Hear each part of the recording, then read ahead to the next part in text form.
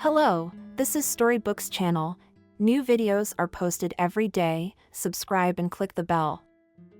James, sitting in the stuffy car, gazed out the window with admiration past passing floating landscapes were painfully native. The fields of the forest he had dreamed of, doing time in places not so remote. His desire was to ask the driver to stop, run out of the bus, throw off his shoes and barefoot, walk on the grass right across the field, and then fall to the ground, look at the blue sky and listen to the whispering leaves, and breathe deeply, inhaling with his whole chest this fresh, clean air. The 3 years that the court had sentenced the boy to seemed endless. Very often he dreamed of his yard birch with raindrops on the leaves. And what is most interesting, in none of his dreams, he never once saw the one for whom he found himself in such a sad place. And who was she? One of the fleeting girls he'd been clubbing with, a wastrel. And judging by her provocative outfits and behavior, she knew it herself. As a result, nothing good. Of course, it did not end. When James, at her friend's request, went away from her to the bar to get a new portion of alcohol, she was accosted by drunken guys. James, not thinking long, returned and a fight ensued. The guy badly remembered who pushed whom, who hit whom first. Everything happened too fast. One of the attackers fell and never got up again. As it turned out later, the fall was unfortunate. The young man had hit a concrete step with his paddle. Did James regret what he'd done? Yes, of course he did. The first time he was behind bars, every night before he went to bed, he replayed the events of that terrible evening. Only now he realized that it could have been resolved verbally. It wasn't necessary to use his fists. And then the fate of all the people would have been different, and the murdered man would still be alive. But he understood that now, what's done is done, and there was no going back. That girl that James got into a fight over, of course she wasn't going to wait for him. In fact, no one was counting on it. There was nothing serious between them. Did he think she was to blame for what happened? No, he didn't. He had only himself to blame. James sighed heavily. On the other hand, those 3 years were behind him, and now he had a wonderful life ahead of him. Now, of course, he wouldn't get into any more trouble. He's going home. It was very stuffy on the bus. He looked around and noticed that not a single window was open. Then he turned to the girl sitting next to him. "Excuse me, would you mind if I opened the window?" "Yes, of course. Open it a little," the neighbor replied. James immediately reached up and pulled the window sashes down, then looked at the girl again carefully. Pretty flashed through his mind. Only for some reason very sad, almost crying. You can see it in her eyes. "Did something happen to you?" James asked cautiously. "No, nothing's wrong." "Why would you say that?" "Well, because your eyes are wet and it shows." "No, really, I'm fine," she insisted, though her shaky voice gave her away. James wanted to distract her from her sad thoughts, and without expecting it, he blurted out, "I'm going home. 3 years in prison. And today I'm out. You have no idea how happy I am. If I could, I'd hug the whole world." She, interested, looked at the guy, but at the same time cautiously in pity all the money, as if distancing herself from him. "Don't worry," laughed James. "I'm not a maniac. You have nothing to fear. It's just that 3 years ago, I got into a drunken brawl, and a man died because of me. But believe me, I didn't mean it. You see, I've told you everything to the letter. Now it's your turn. What happened to you anyway? My name's James, by the way. What's yours?" "I'm Kathy, but I have a husband, and I'm not dating anyone or anything." "Well, I'm not claiming anything. I just wanted to chat, to pass the time on the road." The guy smiled. "You have no idea how nice it is to talk to a regular person. Besides, if I'm not mistaken, we're countrymen." "That's right. The terminus is in my hometown. You're from there too?" "Yes," Kathy nodded. She looked more closely at her companion. He was a good-looking guy with a good-natured face, and for a moment she thought she'd seen him somewhere before. Could be. It was a small town, And given that they were the same age, they'd probably crossed paths somewhere. And James didn't look like a criminal to me. If he hadn't admitted it himself, Kathy wouldn't have thought of it. Maybe he really just wanted to socialize after such a difficult time in his life. "All right," she replied. "Can we talk about something? How old are you?" "Just turned 25. But where I've been." They don't celebrate birthdays. That's what Kathy thought. And I was right. We're the same age as them. "So you'd be 22. It was very scary," James exclaimed. I was terrified. But to be honest, at the time, prison time didn't scare me. It was the thought of taking a man's life that terrified me. It took me a very long time to get used to and come to terms with that thought. James was surprised at how easy it was for him to communicate with his new acquaintance. He felt that she understood him like no one else. There was something about the painting that made James feel at ease. They drove the rest of the way over the friendly conversation, and James didn't notice the bus pulling into his hometown and stopping at the bus station. He looked around in confusion. Kathy waved goodbye and disappeared around the corner. It had to be admitted that not much had changed in the time he'd been gone. Even the cab stand was in the same place. Not thinking long, James went in the direction of the cars. It would be a 10-minute drive to his home, and he would finally get to see his father and hug him. In the 3 years he'd been in prison, neither his father nor his brother had written him a single letter. Hate letters. But he didn't resent them. He understood everything. His father was sick before he went to prison. He'd forgotten a lot of things, confused his sons, and Nick wasn't initially thrilled that his brother was a felon. James, I really wanted to believe that his father's health hadn't deteriorated in those 3 years. His dad had been a successful businessman for a long time, had a huge auto parts store in the center of town, and several volumes of business, because there wasn't much competition. Even before James' men's imprisonment, he tried to pass the management to his sons.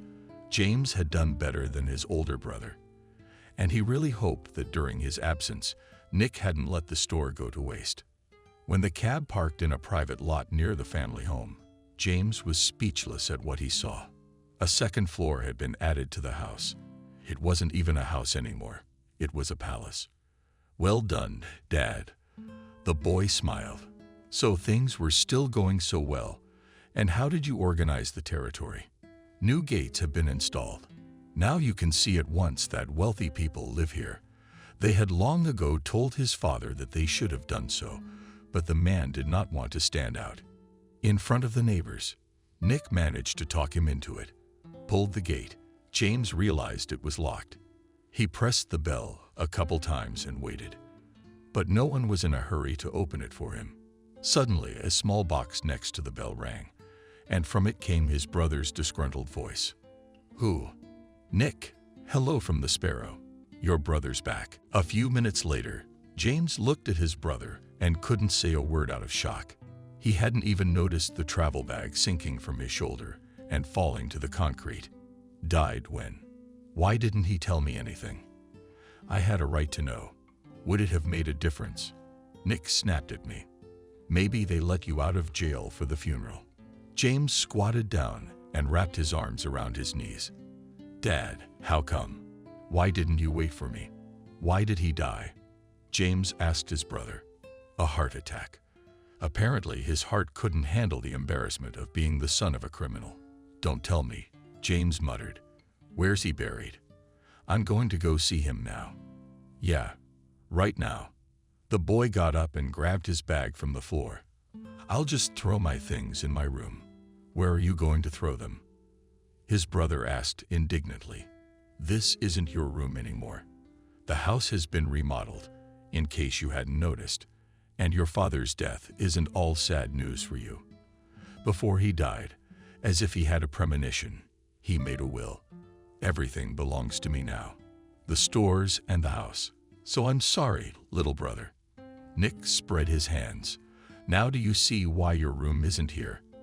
The house is mine." James' heart was tearing apart. Not from being disinherited, but from the thought that he'd disappointed his father so much, just doing it that way. Right after he was arrested, His dad came to see him. The man was completely sane. Apparently, he'd had one of his moments of enlightenment. The last time they met, Dad said, "Son, there's a law for doing things, and I'm not gonna drag you out of here. I realize you didn't do it on purpose, but you killed a man and you must be punished for it, so you can feel the weight of what you've done. But remember, no matter what, you're my son, and I love you very much. If they let me, I will definitely come to visit you in prison. I will be very much looking forward to your release." These words did not come as a surprise to James. He had always known that his father was a fair and honest man, but despite the fact that James was the favorite in the family, and this was noticed by many people, he would never help him in such a situation. The character wasn't right, and James did not understand why his father did not come to see him. The guy decided that his health did not allow, and the reason turned out to be something else entirely. "Fine, let the house be yours, if that makes you feel better," James muttered. "But can you take me in for a while?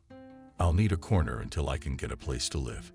Nick pointed to an inconspicuous door under the stairs.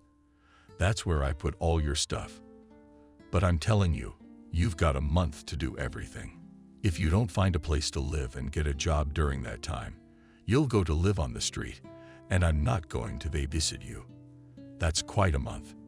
I didn't expect that kind of generosity. James grinned. "A month is a month. Tell me where Dad's buried." Suddenly, the front door opened and Kathy, the one James had met a few hours earlier, walked in. "No show, no sharing at last," Nick shouted. "We agreed you'd go one day. But I called and warned you that I couldn't get the documents so quickly," she mumbled, not taking her eyes off James. "Yeah, is that my problem or what? Who do you think should watch the kid all this time? You'd think I'd have nothing to do. Good mom left her kid for almost 24 hours and doesn't give a shit."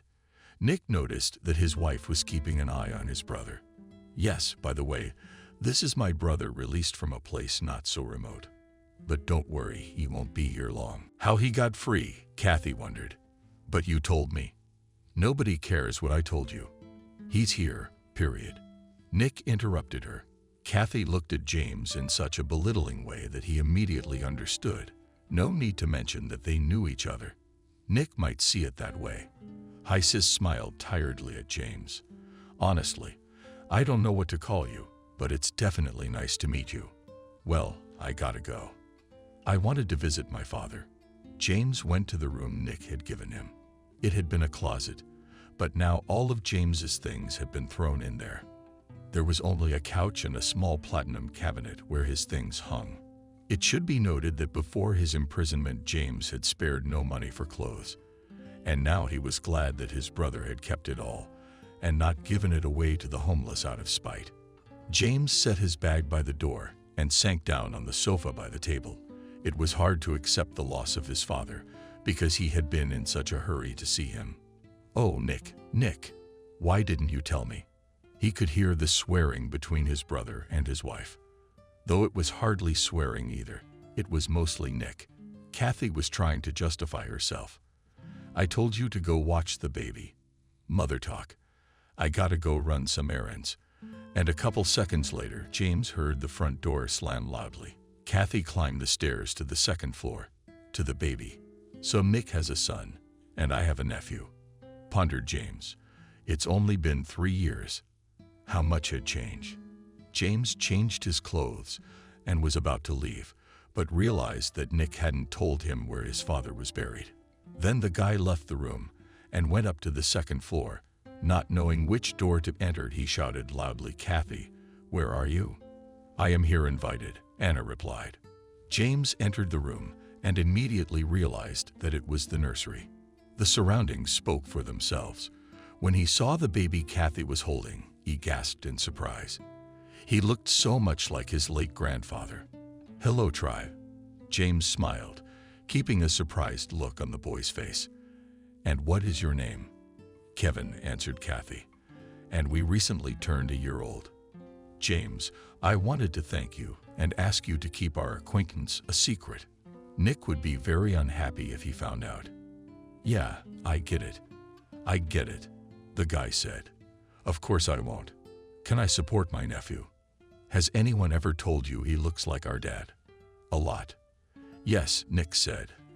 At the time of your dad's death, we were just dating, so I hadn't really seen him.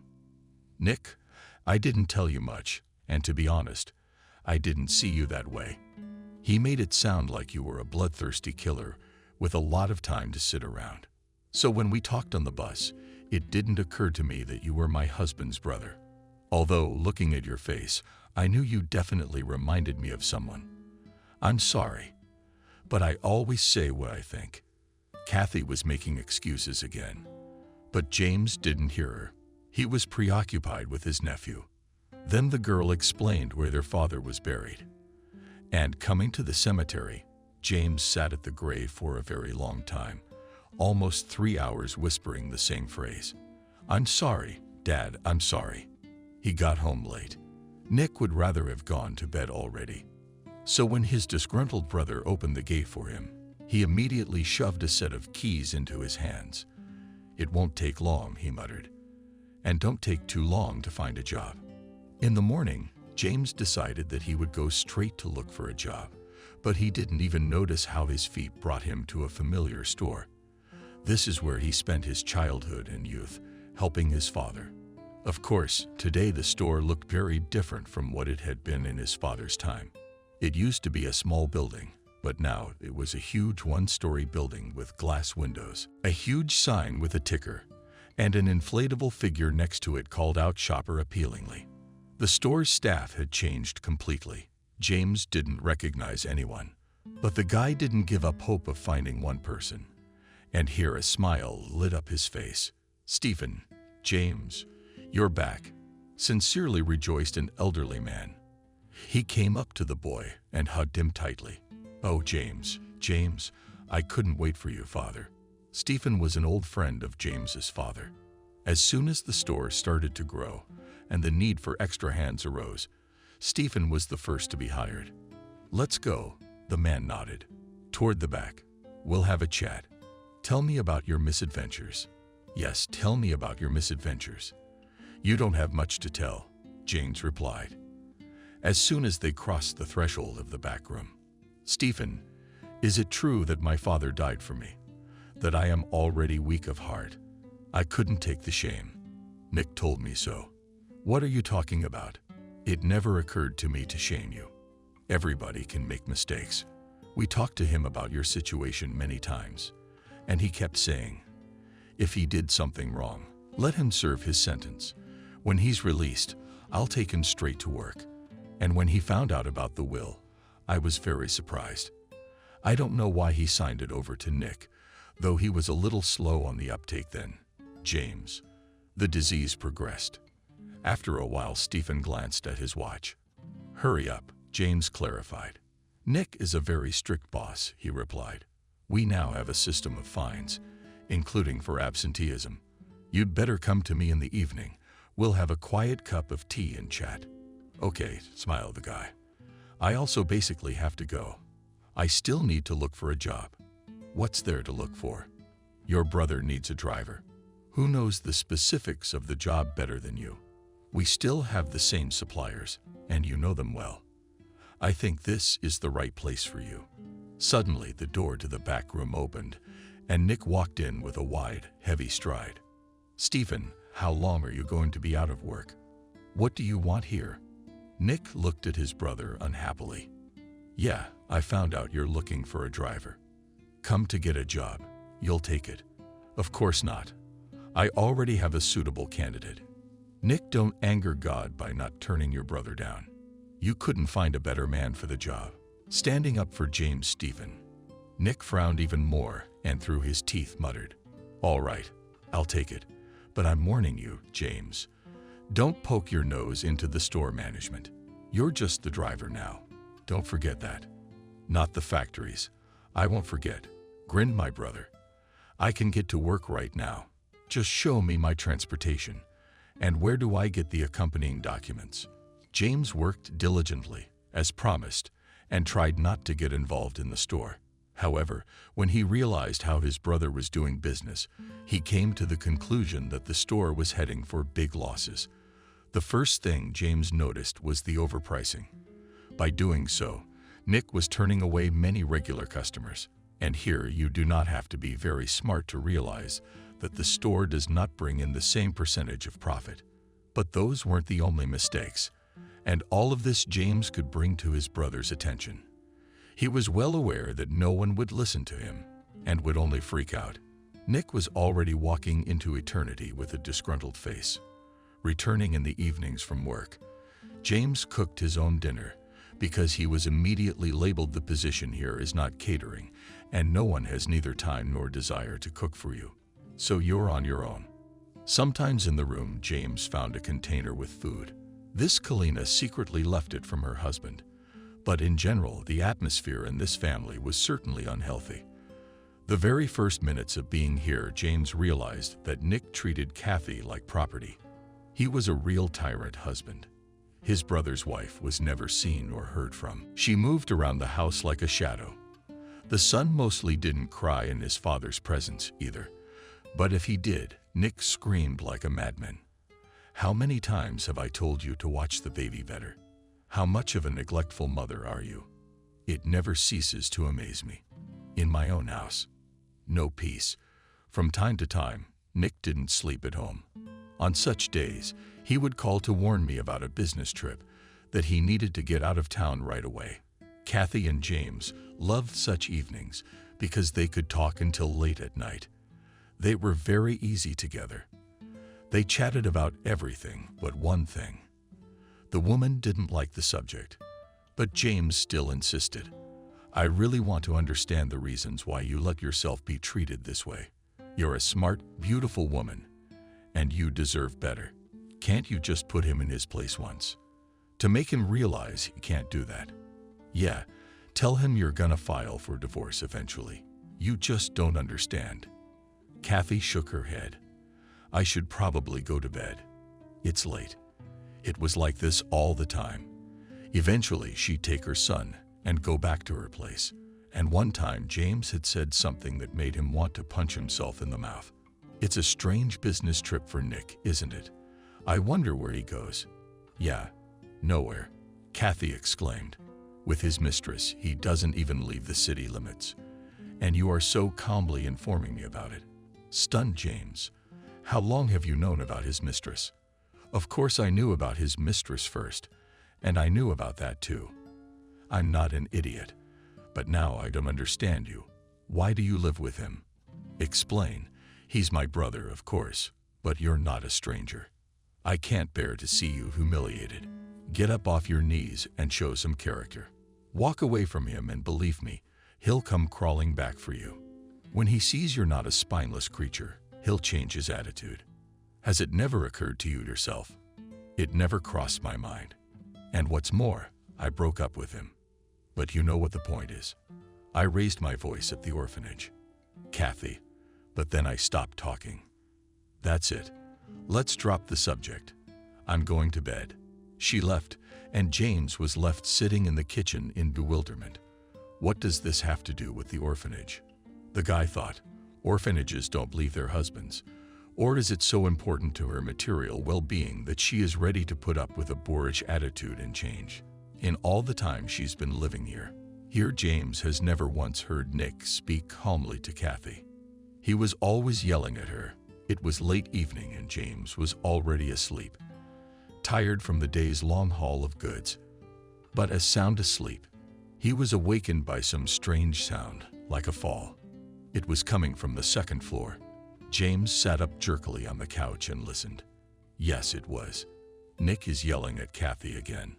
Only this time it wasn't quite the usual. His wife's voice could be heard in addition to his brother's. Kathy's repeating it all over and over again. You can't make out the words. I think, judging by the intonation. Don't please. And then there was another thud like the one that had awakened James a moment ago. An alarming hunch struck the boy. He jumped to his feet and raced to the second floor. James opened the bedroom door without knocking, and his fears were confirmed.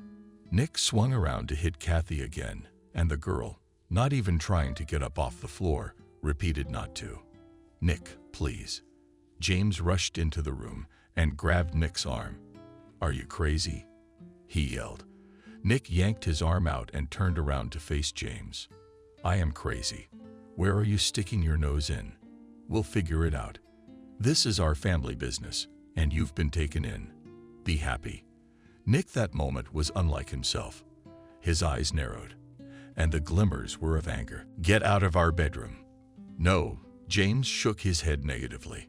"You have to promise not to lay a finger on your wife. What's her fault that she deserves to be treated this way?" "Well, if you're so interested, I picked up this pathetic orphanage from the street. She didn't even have a place to live. She managed to blow the apartment the state gave her. She went to a friend's house. I took her in. I dressed her. Abdul, she should kiss my feet. And she what? She can't take care of a child. The house is messy and dirty, but she's got plenty of time for tail wagging." "Nick, what tail? Are you crazy? Your wife never leaves the house. She sits like a mouse." "Yeah, but when she comes out with me, I see her staring at men. Just give her a free pass. I see you're obsessed with your thoughts, and it's useless to change your mind. But in any case, you have no right to hit her. It doesn't suit you. Divorce. And I'm telling you again, mind your own business. Go to your place. And don't worry, don't touch her. Go to bed." What a bunch of protectors. Nick lay down on the bed, making it clear that he didn't want to talk anymore. James glanced at Kathy, who was rising from her knees, trying to cover herself. She was wearing a nightgown. The girl couldn't even look up at James. The boy realized she was uncomfortable and hurried out of the room. In the morning, James waited until Nikolaev slammed the door behind him, the front door, and the car goes out the gate, before leaving his room. Not finding Kathy on the first floor, he went to the second. The guy decided to talk to the girl by all means. Knocked. He entered without waiting for permission. She only had time to throw on her robe. Without asking anything, he walked quickly over to her and opened her robe with a jerk. "Are you crazy?" shouted Kathy, trying to cover herself. "Believe me, I'm not for the purpose of admiration, but my hunch was confirmed," James said grimly. Kathy's body was covered in bruises. Some were fresh. Some were already nudging. "So he beats you so you can't see anything. Doesn't touch your face. Right? If I just didn't understand why you were around him before, now I'm stumped. Kathy, do you like this life, or is there some other reason? Where am I going? You've heard I'm an orphan. So, you talk like you're a leper." Surprised James. "No, it's not just that." Kathy couldn't hold back her hysterics any longer and turned to screaming. "You think I haven't tried leaving your brother? I rented an apartment and enjoyed my freedom and a quiet life. But he found me quickly, took my son, and told me I could go away. But he wouldn't give me my son." Kathy was sobbing, spilling out the bitterness and resentment that had long accumulated in her. "I didn't see my son for a week. Every day I wandered around the house like a beaten dog, begging to be let in. And he reveled in the situation. When he finally let me in, he made it clear that if I wanted to divorce him, he would not prevent it. But his son would stay with him. He has a place to live, money, and most importantly, he has connections in the city administration. He opens some offices and doors with his foot. Whose side do you think so-called justice will be on? The situation is definitely not in my favor. An orphan with nothing, not even a job." James was silent when he suggested Kathy dump his brother. He didn't think much of his nephews. He thought he'd definitely stay with his mother. And here we are. Nick had certainly changed. He hadn't been so cruel before, though he was 5 years older than James, but they'd grown up together for years, and the younger man had never noticed such tendencies in his brother. But then James remembered his father's words. He'd told him that Nick should never be given power over people. He hadn't explained why he'd said that, but he must have noticed his eldest son's tendency to violence. That there was nothing to say interrupted his musings. "Kathy, because I'm right. I have no way out. I guess it's fate. "All right, James, I got to go feed my son." James never said anything. He went to work, didn't even eat breakfast. All day long, he couldn't get this situation out of his head. It can't go on like this. He had to find a way out of this. The guy still had a week to live in his brother's house. Then he would pay him the first paycheck and hope that James would immediately rent a place and move out. That was basically what James had planned to do. But now he will not live in rented accommodation and will offer his Kathy himself to stay somewhere. At least at Stephen's, the old man won't refuse.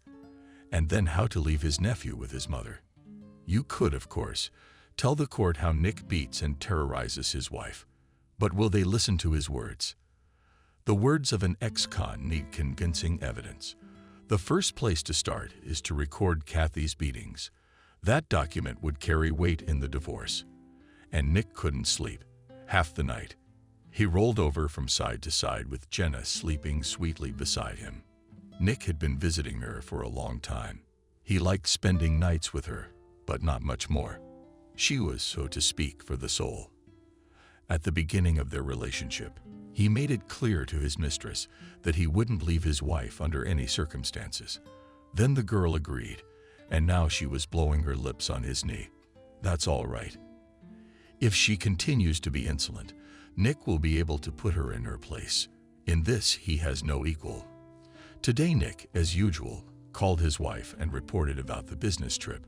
But now something was bothering him, and he understood perfectly well that it was his brother living in his house that was bothering him. They were getting too close to his wife. Nick didn't like it. Kathy. He was jealous of every pillar, but she never gave him cause for jealousy. Well, God forbid any man, but God forbid any man to fix his gaze on her. And Nikolai's blood boiled instantly, and at home he took his anger out on her. Tired of insomnia, he sat up in bed and lit the earpiece. "What are you doing up?" Jenna mumbled through her sleep. "I can't sleep. I'm going home. I'm restless." Like home. Jenna opened her eyes immediately. "You told your wife you were out of town, but it's okay. I'm back. I'll surprise you." "Oh, it's up to you," grumbled the disgruntled woman and rolled over to the other side. While Nick drove the car home, he had worked himself up into such a state that he was simply furious. Scenes of his wife and brother together kept popping up in his head. What could they possibly be doing? "You're staying at my house." Shouldn't have traveled yet. The house, he was greeted with peace and quiet. Nick didn't even turn on the lights. He flew to the second floor and opened the bedroom door. Right. How was he right? The bed was empty. Not even sprawled out. He immediately went downstairs and didn't knock. Swung open the door to James' room.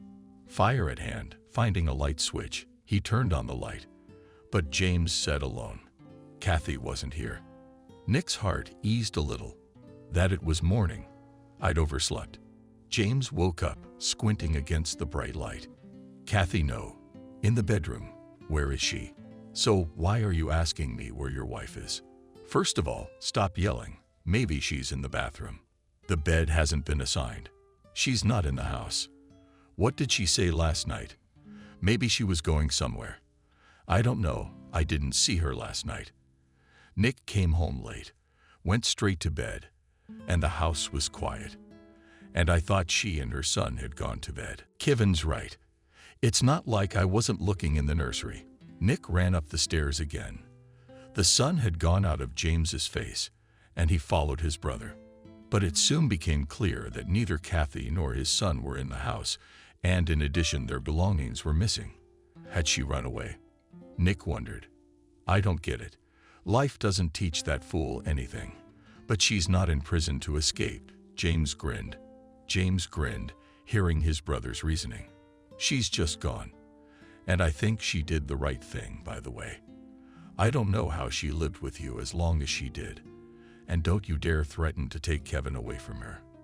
A child should live with its mother. If you try to take her son away from her, I'll testify against you and tell her you beat her systematically. The fact that I beat her will have to be proved. Nick grinned. And you're meddling again. You don't know anything at all, but you're just standing there being smart. Nobody's going to leave the baby to her, just like no one's gonna listen to you. She's the one who's all decent and modest now.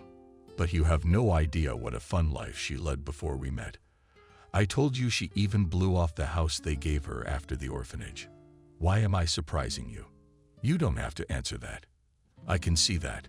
Kathy probably didn't tell you about it. Of course, she wouldn't have benefited from it. Now the question is, whose side will this court be on when it comes to her son? And that fool won't repent. I'll develop faster with her myself. I'll take the kid and let her go.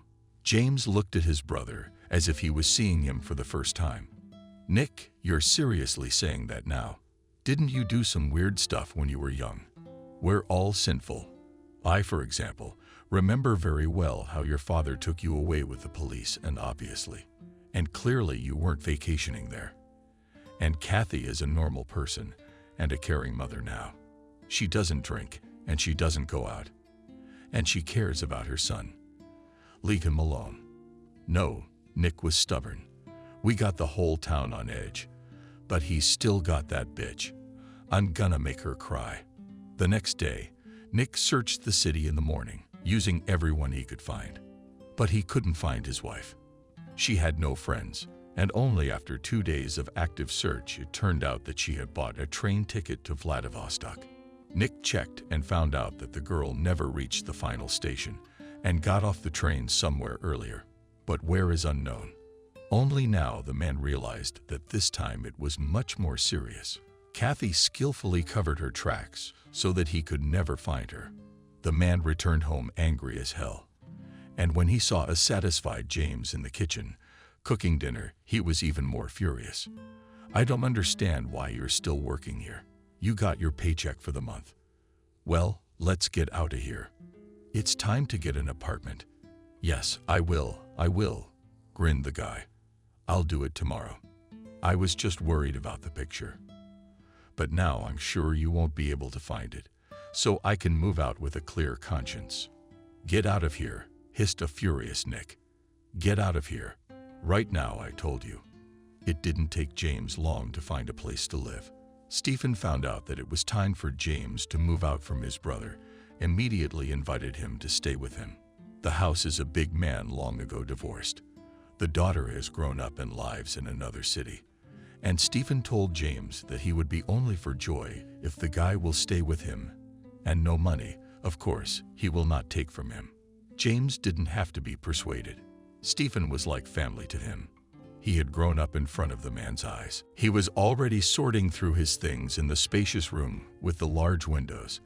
As James pulled the neatly folded t-shirts out of the bag, at the bottom, his fingers came across a quadruple folded piece of paper. What is this? He unfolded the sheet, he thought. It turned out to be a farewell letter from Kathy. James had no time to say goodbye, so had decided to do it this way. In the letter, it was clear from the handwriting that the girl was in a hurry. I've been planning my escape for a long time and preparing for it thoroughly. Remember when we met on the bus? That trip wasn't just for fun. It was one of the elements of preparation.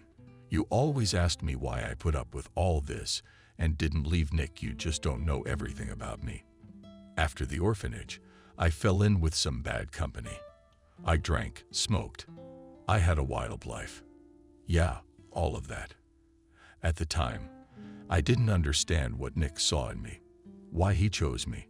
Now I realize I was easy to manipulate, given my past, and Nick regularly needs to take out his anger on someone. Well, it's a character trait. I regret my past, of course, but unfortunately, those mistakes can't be undone. Now the whole point of my life is my son, and I can't lose him. Thank you for everything. Such good people in my life, met very few. I wish we'd met sooner. But you know, there's something else you should know. Back at the house, I couldn't open up to you about my brother because I get caught again. And now I have nothing to fear. Your father signed the will in an inebriated state. He didn't know what he was doing.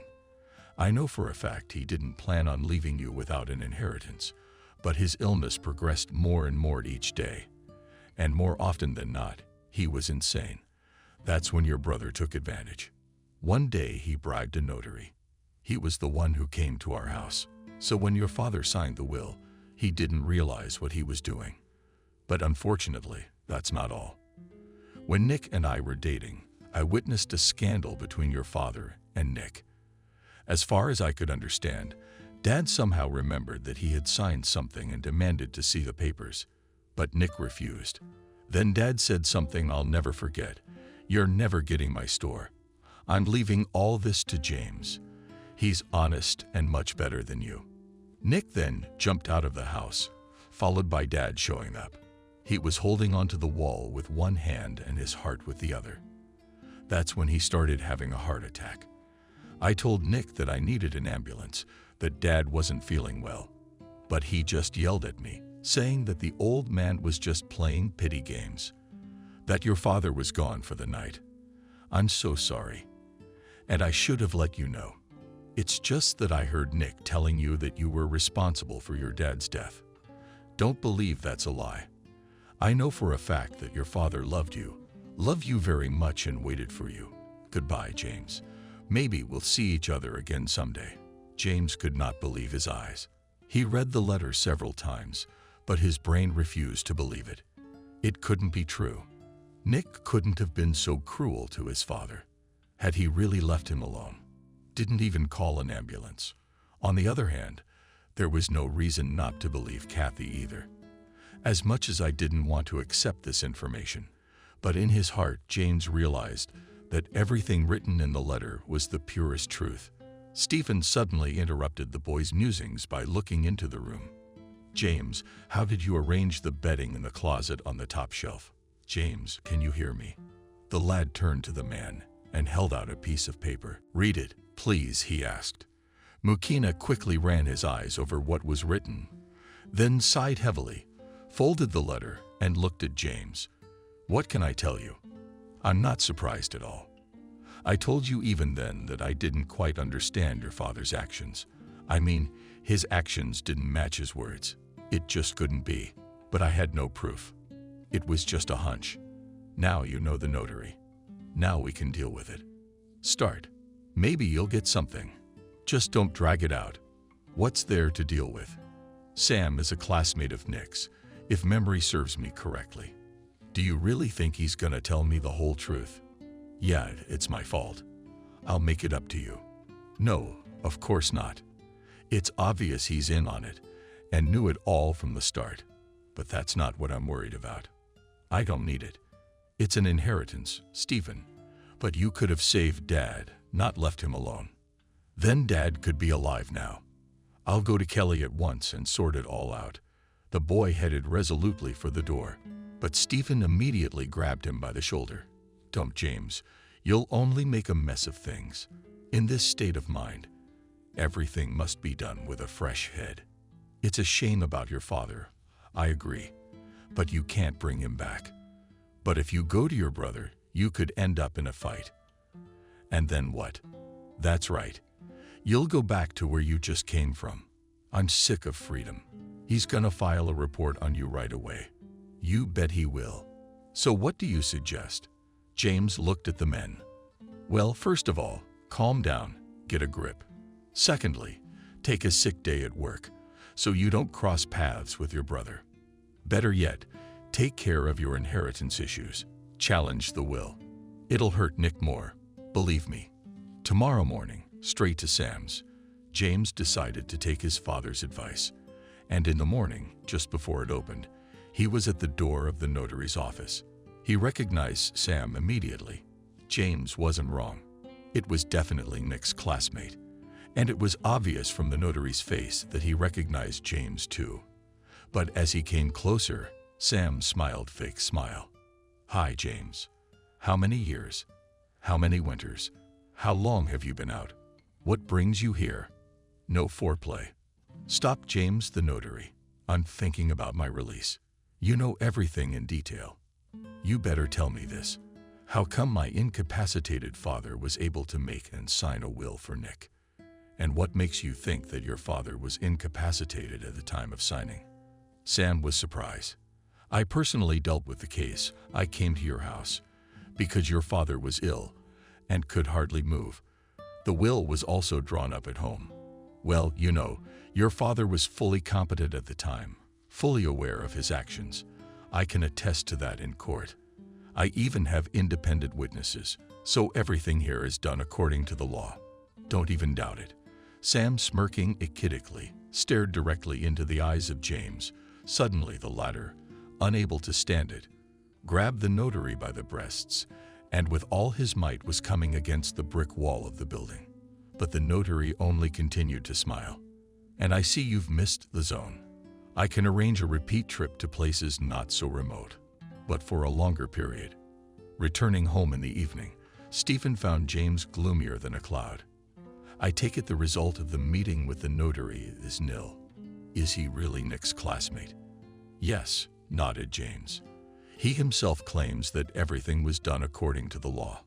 I went to a lawyer afterwards. I thought, what would he advise me in such a situation? What's the right thing to do? And he told me that there's nothing to be done. You just have to accept it. There's no medical examination, so there's no way to prove he's incompetent, and the rest is just words. And I can't prove that Nick bribed the notary and their witness." "Yeah, that's a bit of a stretch, Stephen. Unfortunately, I'm going to have to upset you even more. Your brother called me into his office today and yelled so much he drooled. He already knows you're living with me, but he said he doesn't care. But the fact that you went to the notary and threatened me." "I didn't threaten him." James was outraged. "It was just a little temper tantrum. James, it's not in your interest to go on a shooting spree. You understand, everything must be done according to the law. No amateurishness. This Sam has already reported everything to Nick. Your brother's furious. You have no idea how he yelled one word. You're fired as of today. Here's your papers." Nick threw them in my face, told me not to show my face to him again. And my brother, by the way, he said he doesn't have one anymore. Well, that's to be expected. I don't want to see Nick myself. I'm afraid I won't be able to control myself. I was only staying with him for the picture. I was afraid to leave them alone together.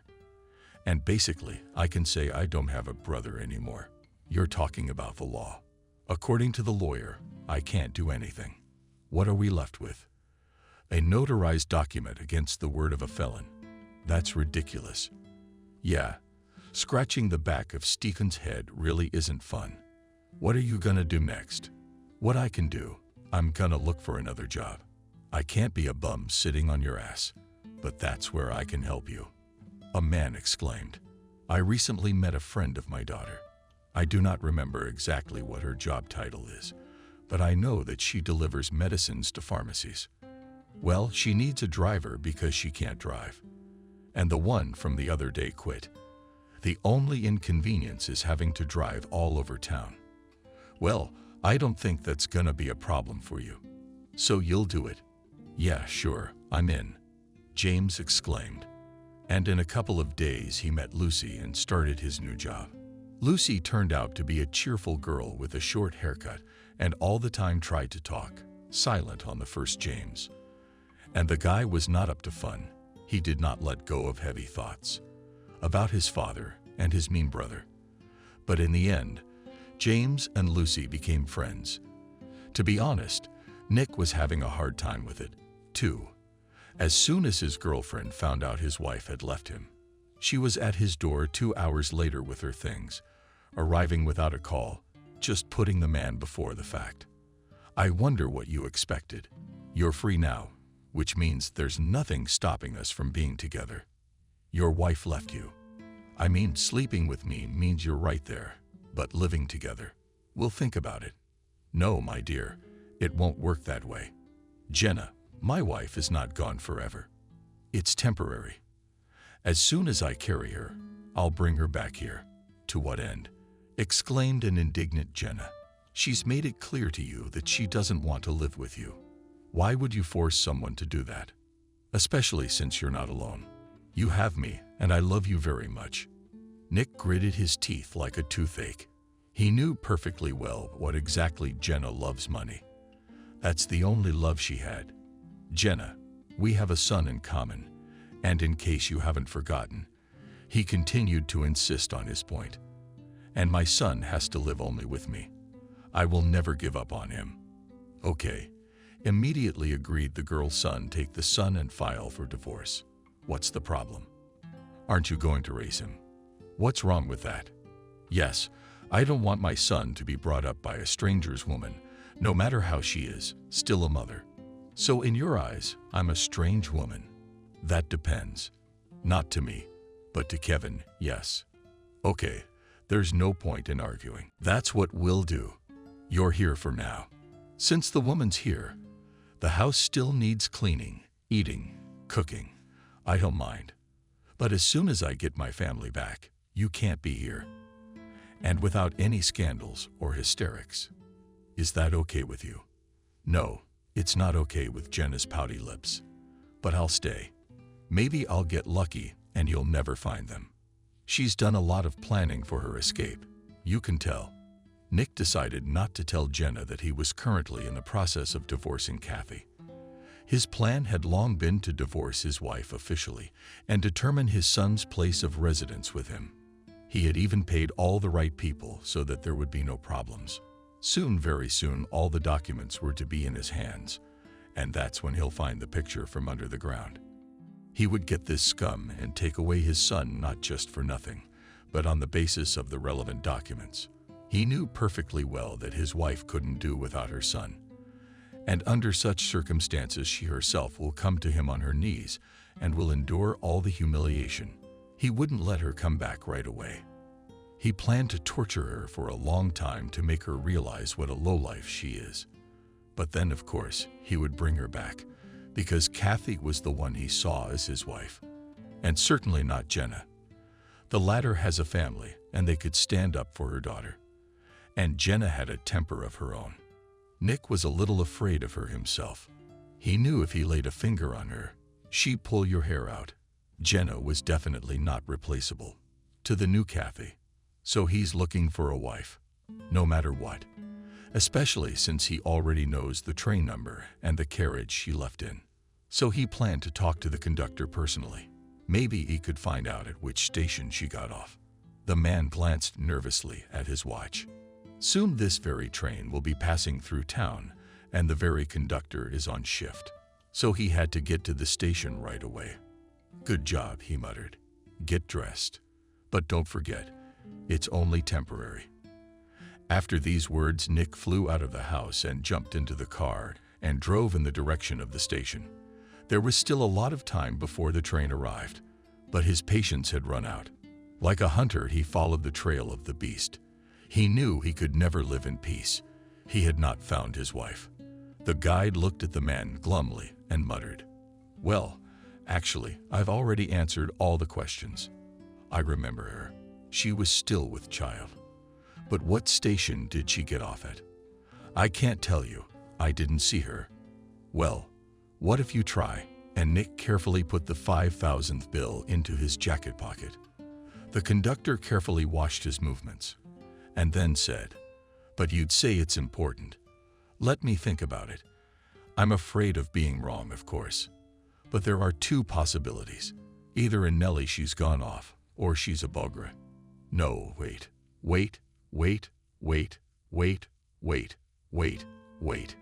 Kenya. It's a small town. Why didn't I see her get off? I opened the car door and went into the next car for a few minutes, for God's sake. And when the train started 2 hours later, I noticed the passenger was missing. And in the meantime, there were no other stops." Nice grin, Nick. "Thank you. You have no idea how much you've helped me."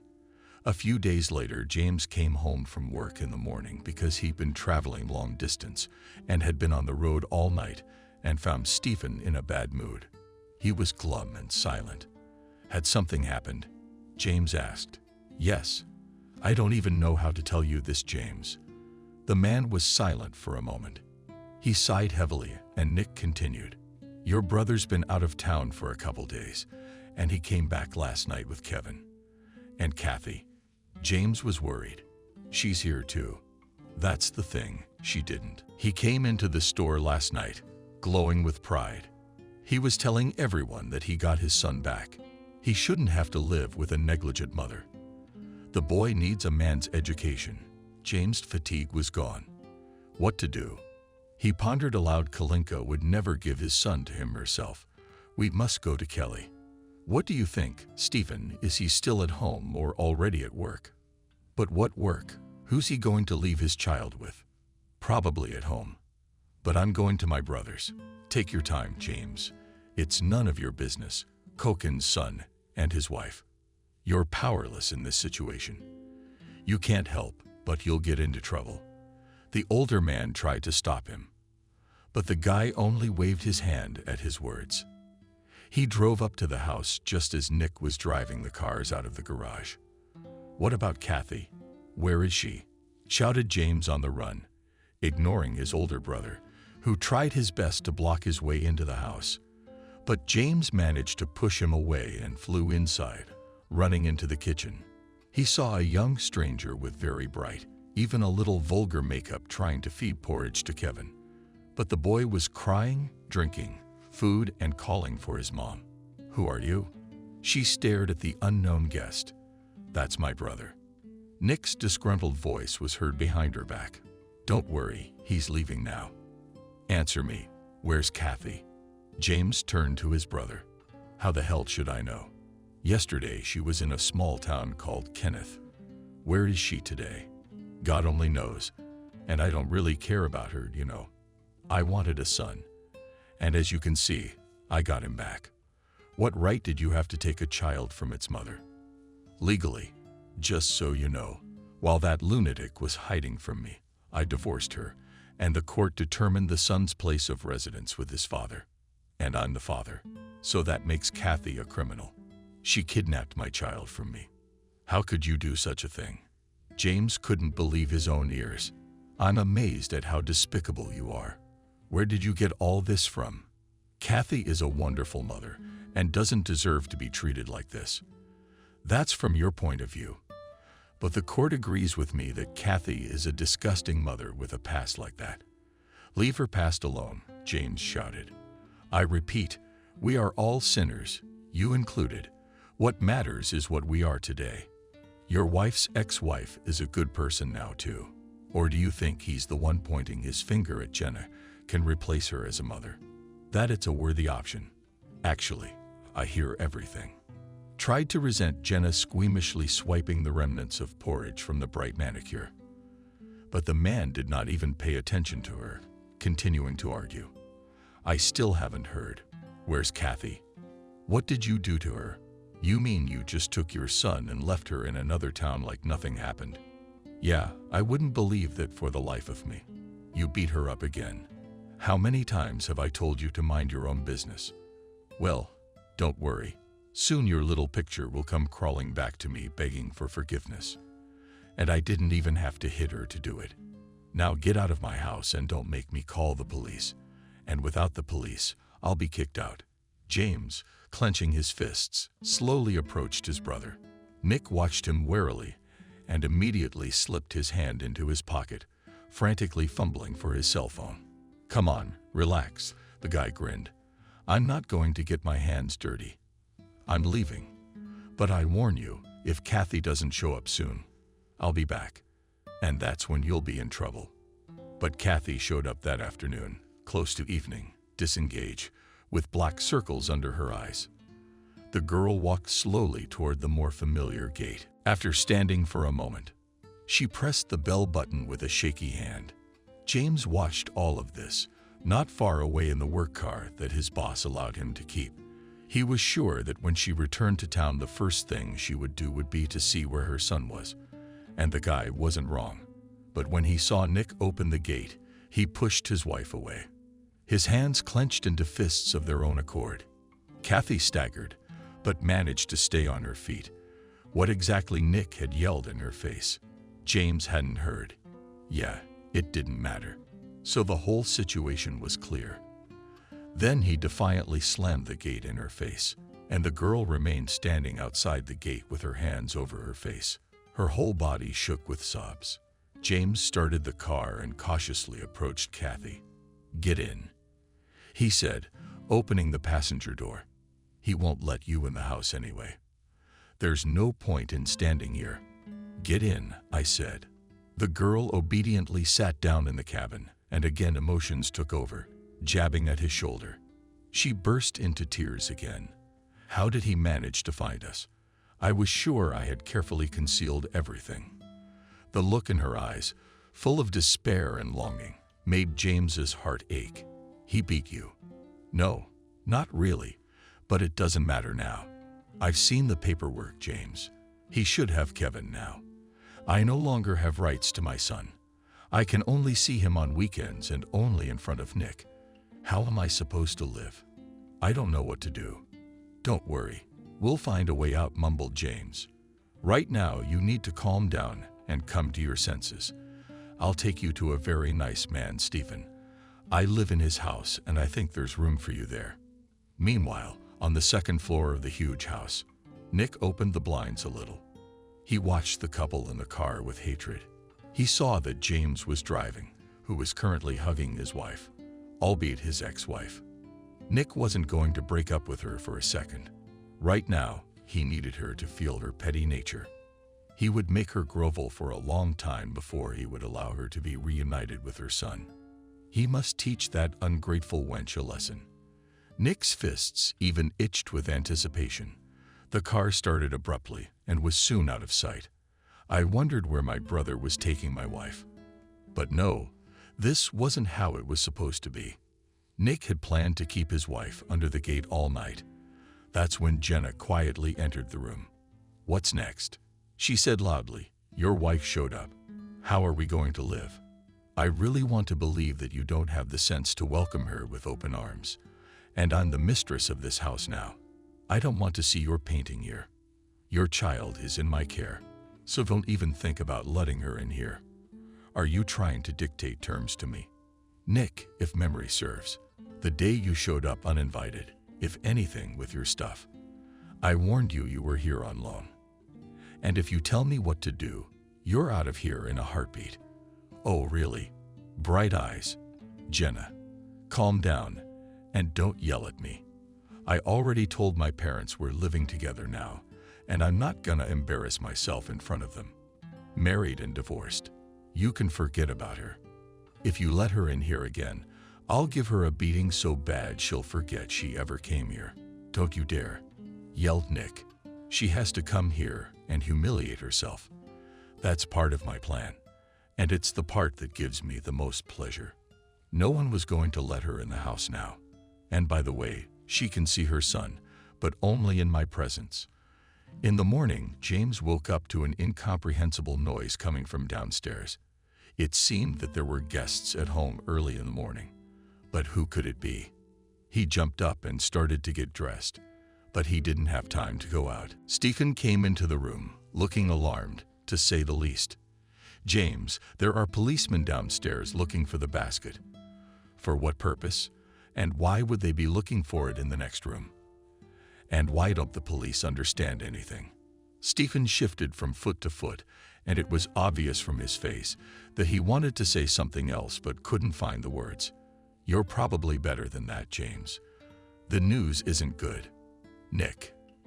Anyway, his body was discovered late last night. They say he was murdered, and well, they suspect a picture of the deed. Like murdered. It can't be." But there was no time for James to get an answer. 2 policemen entered the room. They quickly looked around the room, and one of them pronounced, "When was the last time you saw?" James still sat down on the bed because his legs refused to hold him. And without answering the question of the police, he asked them a counter question. "What about Nick?" "You don't know. Someone stabbed him with a sharp object last night. The stabbing went straight through the heart, and we suspect your sister-in-law." "Yes, James, have you been slow to make sense of what the cops said?" "Not anymore. Whatever it was, his brother was the only person he had in this world, and James would never wish him dead under any circumstances, not even after learning that he was indirectly responsible for his father's death." The policeman kept asking questions, but James heard them as if through absorbent cotton. Kathy looked at the policeman in surprise. "Why her?" What makes you think Kathy is guilty? I know she had nothing to do with it. We came here together. She said she was tired and went to bed early last night. And have you seen her since? The policeman asked. We were just in her room. The bed was taken. Apparently, the girl never slept there. But that's no reason to suspect her of murder. So she couldn't sleep. So what? By the way, the brother wasn't living alone lately. His roommate, Jenna. Have you interviewed her? What did she say? Jenna. At her mom's house since yesterday afternoon. Her mom wasn't feeling well, so she went there. She spent the night at her parents' place too. But that's still no reason to suspect Kathy. Why her? James wouldn't let it go. Then I'm more likely to be the killer. First of all, my brother and I were fighting over the inheritance, and secondly, I was already in jail. You're right, agreed the policeman, and we'd certainly consider you for the role of murderer. Don't worry. But only if it weren't for one thing. Nick's neighbor, an elderly woman who suffers from insomnia, saw Kathy running out of the house in the morning with a baby in his arms. The second policeman, who until that moment had been silently shifting from foot to foot, suddenly uttered, addressing his partner, "Listen, enough. It's already clear that the girl is not here. We need to declare an interception plan before she skips town." The cops left, and James remained sitting on the bed, staring at one point. Stephen sat down beside him and handed him a mug of hot tea. "Have a drink, James. Have a drink. Come to your senses. I know it's hard to realize that Nick is gone, but life goes on." James clutched the cup of tea tightly in his hands, ignoring the fact that it was very hot. "I can't accept it. Stephen, first Dad, now Nick. Really, I didn't recognize my brother the last few days. He changed a lot during my absence. I never could get through to him. Maybe I should have just sat down and had a heart-to-heart talk. Maybe then he'd be back to his old self. James, has Nick always been like this? And did your father see it? I'm not condoning the picture, but it's his own fault for bringing it to this state." The girl was desperate and didn't realize what she was doing. He just gave her no choice. "Do you believe the picture killed him too?" James looked at his companion in surprise. "James, did you hear the cops? They said that the neighbor saw Kathy running with Kevin in her arms. Because she went to bed in the evening doesn't explain anything. It's not like we can say she was there till morning. She could have left the house quietly at any time. Where do you think she'd go?" "Yeah, to her son's, of course. And then it all worked out so well. And she wasn't home either. They probably started fighting again. Maybe your brother even hit her. She couldn't take it anymore. Grabbed the first thing she could get her hands on. The police still haven't figured out what was used to stab her. The murder weapon wasn't found at the scene. I think it's more than obvious, James. I understand that you like Kathy. I like her too. She's a very nice girl. But you see, anyone, even the kindest, most positive person, can be driven insane. Especially if the bargaining chip is your kid. Kathy will probably go on the run again, and you need to organize your brother's funeral. There's no one else to do it. A funeral. I don't understand, James asked. He still couldn't come to his senses. He wished that everything that had happened had been a dream, just a nightmare. He woke up and it would all be over. But there was no waking up. His brother was gone. Kathy was gone again. Did he love her? Yes, now he could admit it to himself. He was willing to go through all the hardships with her and fight for Kevin. James had always imagined how great it would be for the three of them, him, Kathy, and Kevin. But now it was all empty. He stood up, setting the cup of tea on the nightstand that was already there. The boy never touched it. Then slowly turned to Stephen. "You're right. I'll take care of it. Don't worry about it. I just don't agree with you about the painting. Well, she couldn't have taken her brother's life. I really want her and Kevin not to get caught. At least not until they figure out who the real killer is. You and I know how my brother did business, so she wasn't the only one who might have wanted him dead." But a few hours later, word got out that Kathy and the baby had been found. caught at the train station as she was about to board the train. Seeing a police squad heading in her direction, she threw her arms around her son, and thus confirming her guilt in the eyes of the police. Nick's funeral was crowded. Many people in town knew him, but it wasn't just acquaintances who came. It wasn't a big town, and people liked to gossip. And this was a big deal. A big store owner was murdered in his own house. And who did it? His wife. His own wife. Really, it's all the talk of the town. Jenna sobbed the loudest, with a beautifully tied black silk scarf on her head. And when the coffin began to be lowered into the grave, she went up to James and squeezed his wrist to the point of pain and whispered. But even looking at it, the picture, thank God, she was captured. Let them lock her up for a long time. People like that shouldn't be out of jail at all. She ruined our whole lives with that knee. And we were going to get married. He even asked me to marry him the other day. So now I'm practically his lawfully wedded wife. So what's the bottom line? The Hares, if I'm not mistaken, are you and his son. As the conversation progressed, Jenna's tone changed at the end. People who saw Nick off to his last journey began to involuntarily listen, wanting to catch the essence of the conversation of the relatives of the deceased. Those who were particularly curious even tried to get closer. But James pulled her back. Let's leave the inheritance talk for later. I haven't thought about it yet. No, of course you haven't. He grinned evilly at Jenna, straight up innocent sheep. Dab and her brother hated each other. Kathy was a murderer. So the only one who was close to Nick and really loved him. That's me. And I'm gonna be out of business because we didn't get the damn stamps at the registry office. Jenna's tears dried immediately, and there was only a greedy light in her eyes. James couldn't help but wonder. He hadn't known her until now, but it took him a few minutes to realize that she and Nick were worthy of each other. Her brother certainly wouldn't dare raise his hand at her. That would probably backfire too. James took a close look at her face, though. Despite the fact that it was strong, up close, it was obvious that the plump lower lips was not a gift of nature, but the result of a blow. Consequently, things between her and Nick were not all that smooth as she was trying to present here. It had been rough too. Even later, in the dining room, acquaintances began to approach James with expressions of condolence. James nodded. Look, what a wonderful man his brother had been. But it was flattering. Lying only made him feel disgusted. All he saw in his eyes sad them only curiosity. They were genuinely interested in who would get all the stores now. So they came up to shake James' hand. Although a few days ago, many of them, having met James on the street, would not even say hello to the former criminal. At some point, the guy felt like he might explode. He wanted so badly to yell, enough.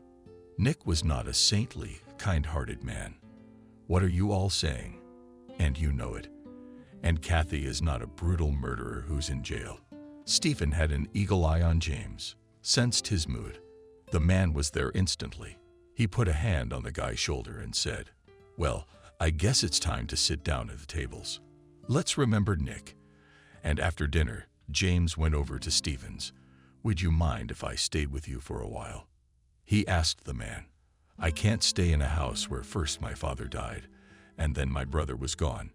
Yes, of course, Stephen smiled. Of course, you can stay here permanently, but you'll still have to deal with the house. If you can't live there, you can sell it. Stephen, I'm in no condition to talk about this right now. I'm thinking about the painting. Do you think they'll let me talk to her? I'd like to ask her myself how it all came about. Well, why not? The man shrugged. Dating. It's not illegal. We could try to get a meeting. We just need to find a lawyer. James managed to get a date with Kathy after a few days. And there he was, sitting across from this pale girl. And the first thing he heard from her was, James, I didn't do it. I didn't kill Nick. He exhaled. He believed her right away. Well, Kathy couldn't lie like that. Looking him in the eye, she wasn't like that. Then how did all this happen? Kathy, you went to your room last night, and ended up at my brother's. Why did you even go to his place at night? Not at night. It was morning, but very early. I couldn't sleep. So I decided to go to Nick's to wait for him to leave for work. I wanted to beg him to let me see Kevin for at least 10 minutes. The buses weren't running yet, so I walked. And when I got to the house, I saw the gate was open. So I went in. And there, well, I ran into Nick. He was lying on the first floor with his arms spread out. There was no one else in the house. What do you think I should have done?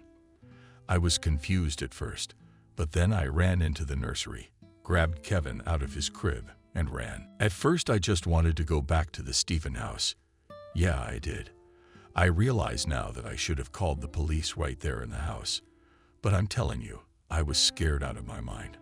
I realized later, when I was running away with Kevin, that I could be blamed for everything. So I ran to the train station. So what are you saying? James got agitated. The murder was committed in the evening, and you came to the house in the morning. Did you tell the coroner about this? What's the reason you're still here?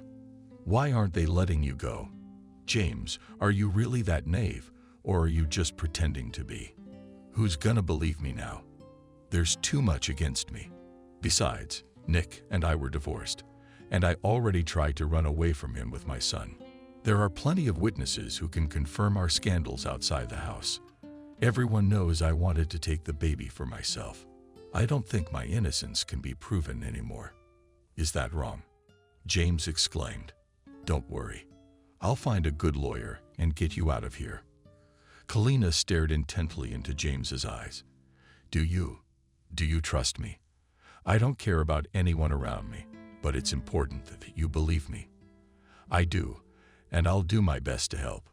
Thank you, James. You don't have to thank me. I was in the same position myself once, but unlike you, I did take a man's life, and you never once condemned me for it. Do you remember? James tilted his head, thought for a moment, and then suddenly said, But on the other hand, Karen, even if you had really killed Nick, I'd still be on your side. I saw with my own eyes how he treated you, and I realized that you could have just been defending yourself. No one can understand you better than me. James interrupted Kathy's boyfriend. Our time is coming to an end. I'm being led now, and I won't have time to ask you for the most important thing.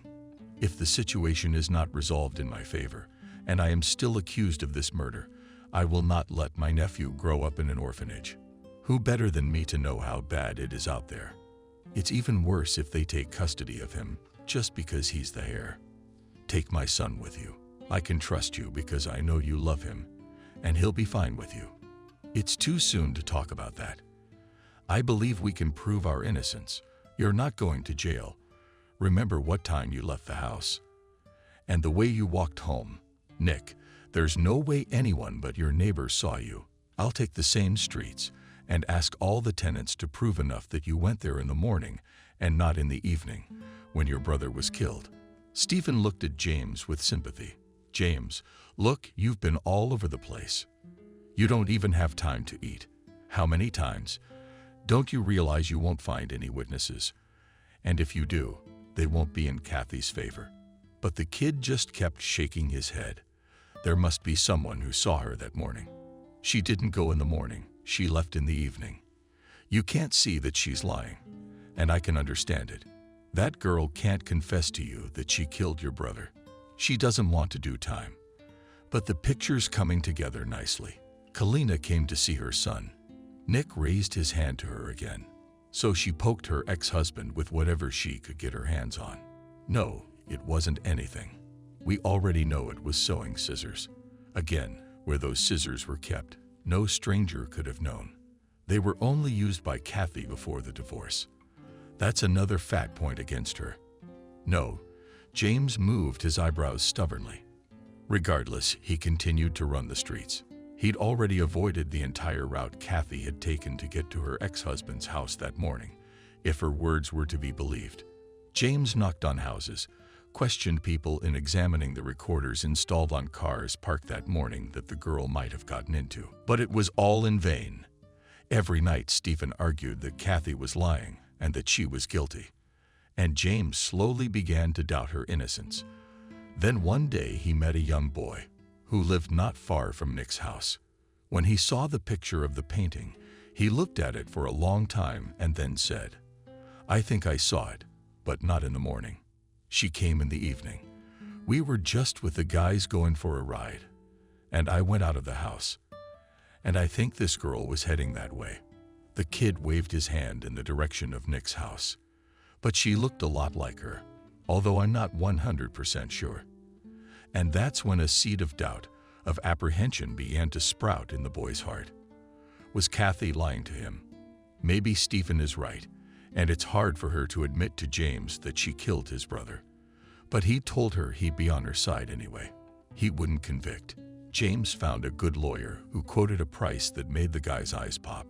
All the savings that the guy managed to save during his working life, he did not have enough and had to borrow in Stephen. After all, the inheritance. James still hadn't come into his inheritance. The lawyer tried his best. On the eve of the trial, James met with him. "You know, James, I'll be honest with you. I regret taking this case because it's a failure. There's not a single defense witness. I mean, you've tried so hard, but you haven't found one. Most likely Kathy is guilty, and the court will easily prove it. There's too much against the girl. What if there is a witness?" James exclaimed. "What if that witness is me saying I spent the whole night with Kathy? I wouldn't advise it." The lawyer gave James a piercing look. "I wouldn't advise you to do that. It's too late to make a statement like that. No one will believe you now. I wish they had.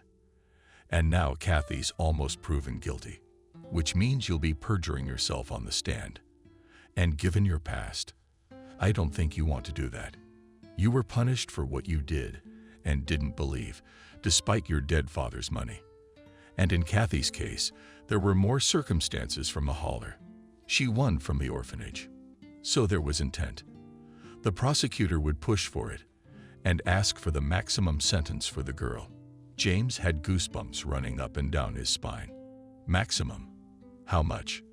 "Well, under this article, it's 16 years. Well, I don't think she'll get the maximum." James' lawyer hastened to reassure James, seeing the terror in his eyes. "And I'll try to get it reduced." At the trial, Kathy cried the whole time. The prosecutor shouted, making the girl look like a calculated murderer of a respected citizen of the city. Unexpectedly for James, Jen appeared as a witness for the prosecution. She diligently recounted how Kathy wiped out near her and Nick's house every night, how she had stolen the baby once before and run away with it to another town, and how Nick had tried his best to keep her out of the house because he was afraid she might hurt them all. After all, she had a very hot temper. This is where James' patience broke, and he shouted from his seat that it was a lie. Kathy, on the other hand, is a calm and balanced person, and the violent character was possessed by the murdered man himself, who repeatedly raised his hand against his wife. The judge reprimanded James, and then Kathy's past came up. No matter how hard he tried, Kathy's lawyer gave him 10 years. Upon hearing the sentence, the girl burst into tears. As she was led away from the courtroom under escort, she kept turning her head to look for James, and when she found him, she screamed, "James, take Kevin. I beg you, and take Kevin for yourself." The guy was almost crying as he left the courtroom. "You weren't much help, were you?" he said reproachfully to the lawyer. "Believe me, I did everything I could," he said. "If it wasn't for me, the girls would have given even more." "We'll appeal." Stephen, who knew James' home, was not surprised to hear about the sentence. "Honestly, I thought it'd be less. What are you gonna do next? You're gonna leave it as it is?" "No, of course, my lawyer, and I will appeal. But we have a bigger problem right now. Kevin's been placed in an orphanage, and Kathy's been asking me to take my nephew for myself. Do you think that's possible?" Stephen was surprised. "The little one's a year and a half old. How are you going to handle a kid that small? What do you even know about babies? That's one thing. And secondly, what makes you think they'll give it to you? What's the problem? I'm a relative. Yeah, a relative with a very interesting background and no marriage. I'd be happy to be wrong. But first of all, why don't you go to the child welfare office and see how much chance you have in this case? I'm sure there will be plenty of people wanting custody of Kevin. And you know the reason as well as I do. James rushed straight to the child welfare office. Once again, Stephen was right. There was very little chance that Kevin would be given to James, and the primary reason for the refusal was his criminal record. If the guy had at least been married, that would be a whole different conversation. So what's the problem? Well, get married, Stephen smiled, and then he faltered when he saw the gleam in James's eyes. If anything, I was kidding. Or do you have a fiancé in mind? Why would I have a fiancé? I mean, you could have a sham marriage. Find a normal, adequate girl. You explain everything. You sign the papers. I'll take Kevin. We'll be married for a year, and then we'll get a divorce. The nephew will stay with me anyway. James shook her head. Stephen, you've completely lost your head not to go crazy. Why do you have to go to all this trouble? Of course, nothing good in the fact that the nephew is brought up in an orphanage with living relatives. But maybe you should wait a little longer to adopt. Maybe you'll meet some worthy ones along the way.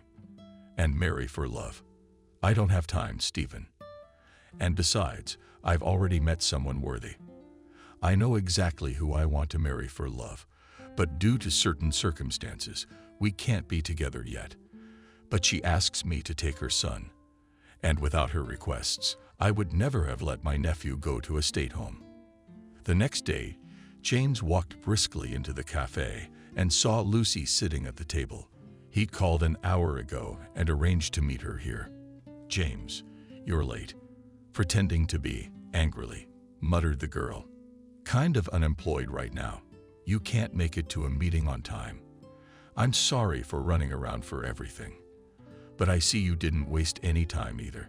Decided to have a big lunch, nodded James on a large portion of pilaf, standing in front of the friend. Of course I did. Why should I starve while you're waiting for me to get here? All right, spit it out. What happened? From what I hear, all your hard work went to waste. Kathy got locked up. Yeah, that's right. There's not much to tell. You tell me. Did you find a driver to take my place? I found another driver, but no friend, smiled the girl. It's all right. You and I didn't become friends right away. Not the right case. In your place is now a distinct pensioner. With him, even I cannot be friends. A purely business relationship, laughed Lucy. She was generally a cheerful, easygoing girl. James could relax with her. This girl could find a reason to laugh in any situation, even the most difficult.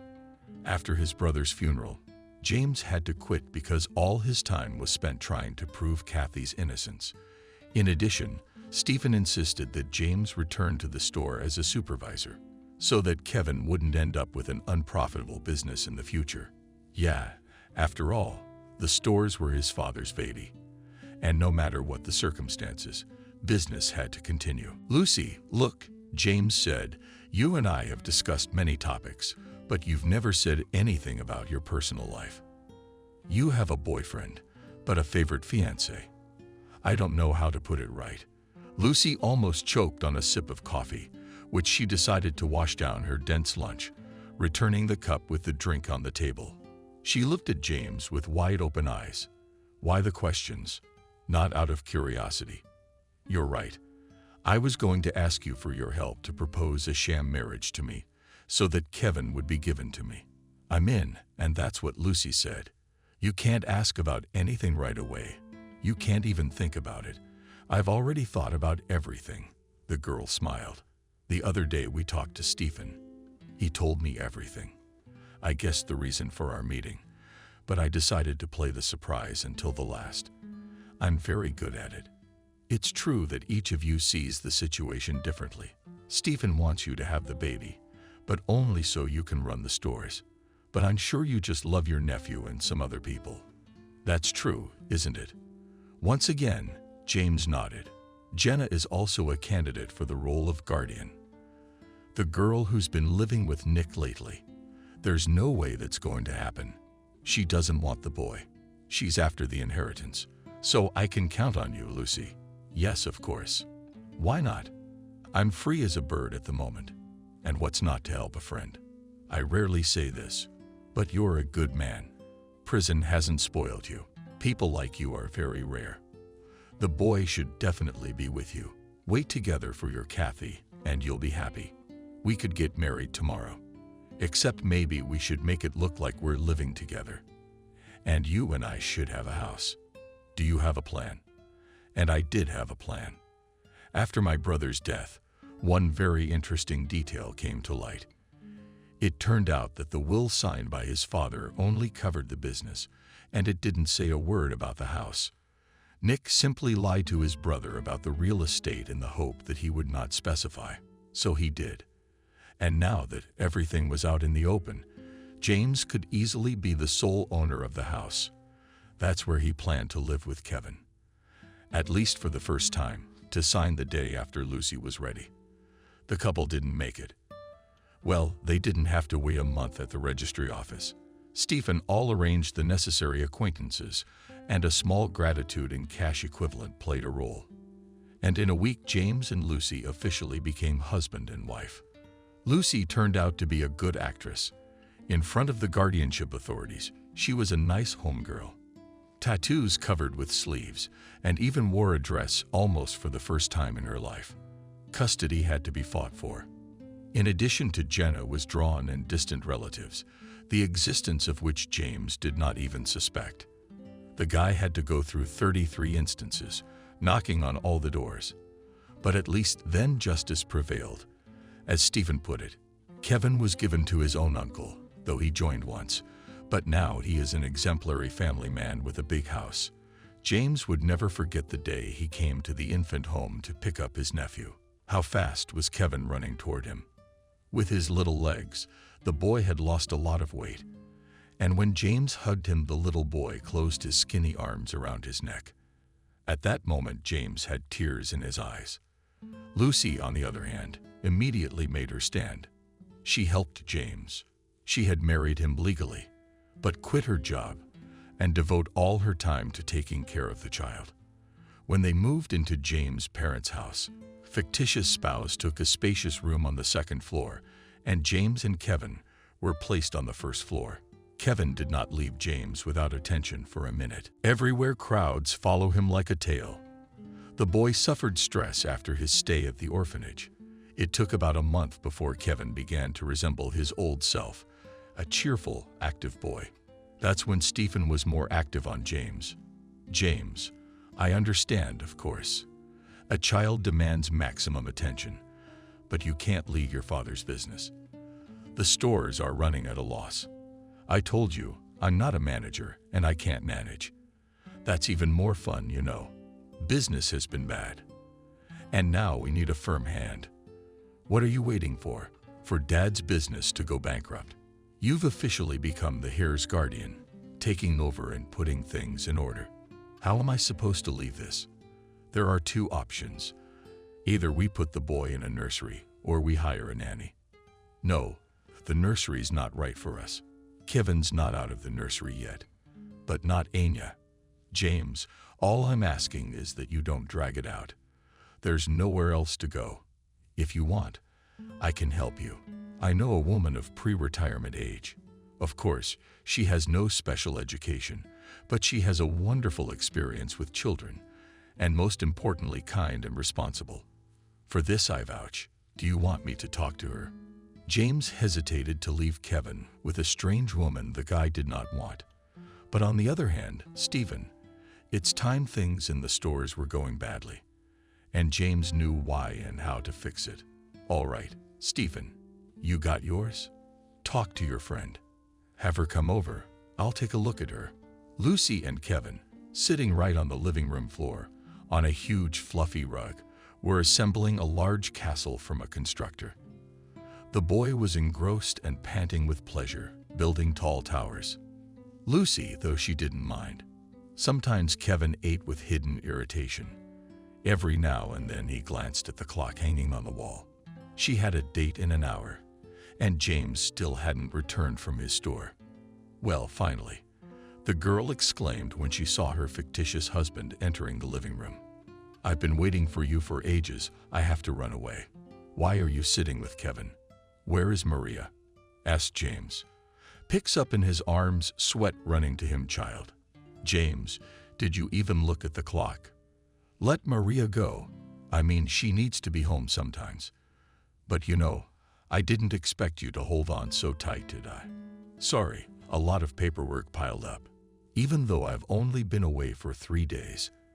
And by the way, you never told me about your trip. How's Kathy holding up?" "Yeah, I wouldn't say she's holding up. She's lost a lot of weight. You can tell she's got nothing but her eyes. It's bad. Pictures of her in prison, real bad. The only joy in her life, as she told me herself, was my arrival and the new pictures of Kevin. She couldn't tear herself away from them. Kathy says that Kevin looks happy in the pictures, and that makes her happy.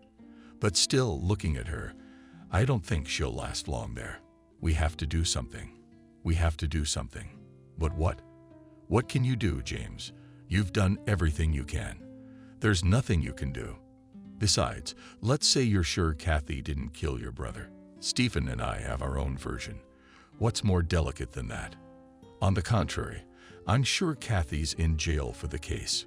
"What do you mean?" "It wasn't her fault, of course. Her husband must have beaten her. I think there should be an article. A different one. In a state of effect, for example. But for that she had to confess. She's the one who pushed your brother out of desperation. And I'm sure, but Kathy says she did. I don't know what Kathy says. That's it, James. I really don't have time for this. It's already been said 1,000 times. Okay, Kevin's had dinner." I left. Lucy didn't get home until the morning. It was a day off, and it was safe to go to bed, but there was no sleep in the girl's eyes. She sat patiently in the kitchen and waited for James to come out for breakfast. "You've been home a long time. Why are you sitting there?" asked James when the girl waited for him. "Here you are, waiting while you are sick. I heard the door slammed." Maria came in. "Yeah, she's in the nursery dressing Kevin." "What did you want to talk about?" "Listen, James, here's the thing. Anyway, last night, my confidence was a little low. I already told you about the guy from the beleaguered salon I'm dating. We spent the whole night together tonight. Look, let's skip the details," James grumbled. "I love you, of course, but not enough to listen to all that." Okay. No one was going to give you the details. We spent the whole night with him. And naturally, we had a chance to talk about a lot of different things. And I learned something. Turns out Jenna's mom is getting massages from Anthony. And she's a very chatty woman, I must say. And what she likes to talk about most is her daughter, touting her virtues.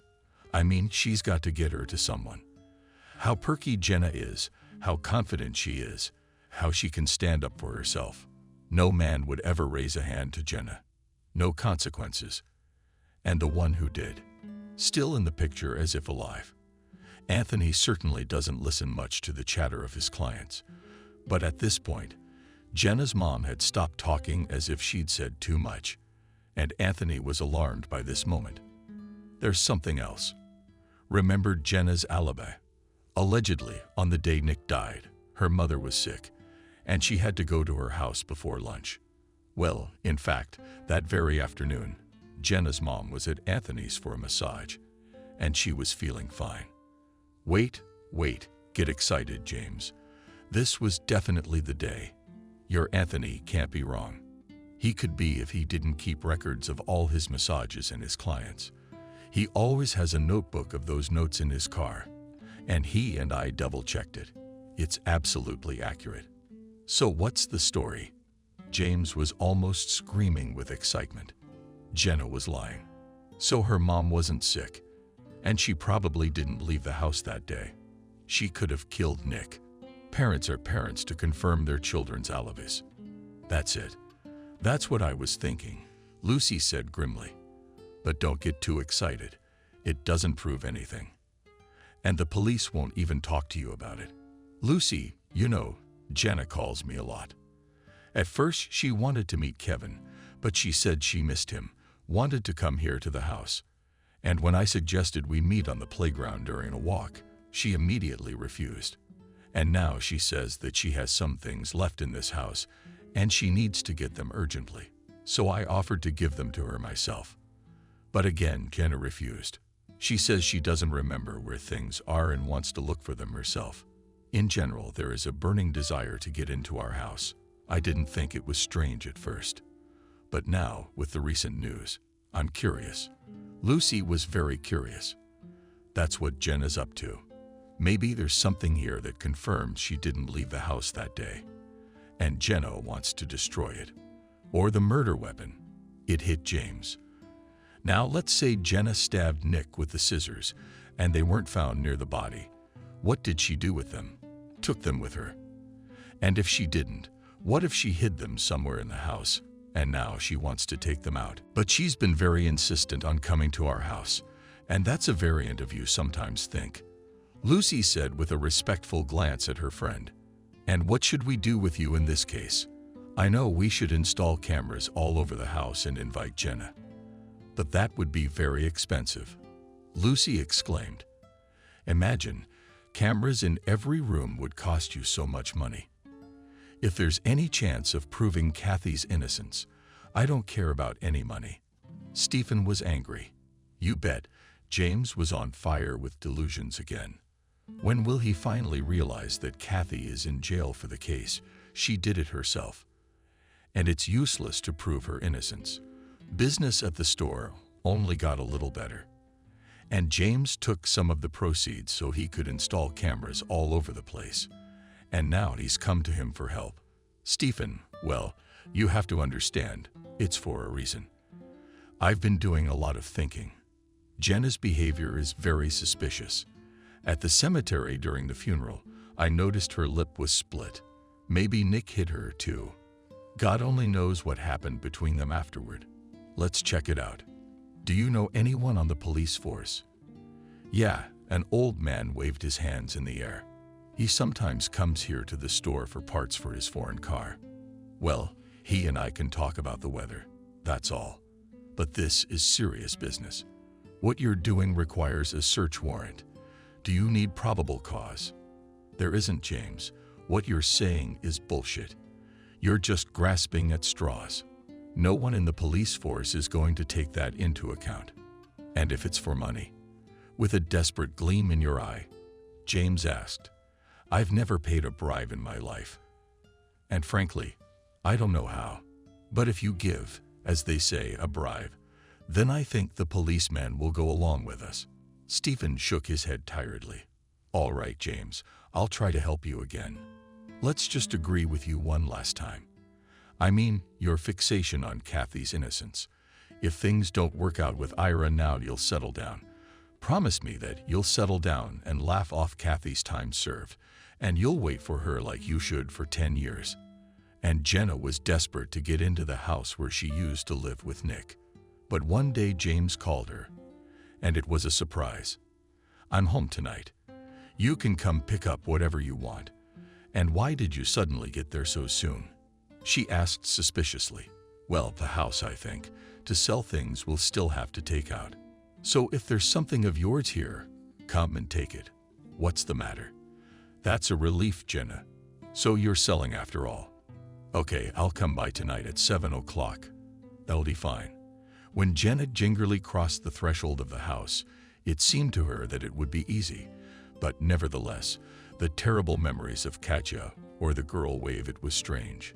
Jenna did not consider herself an impressionable person. James met the girl on the first floor.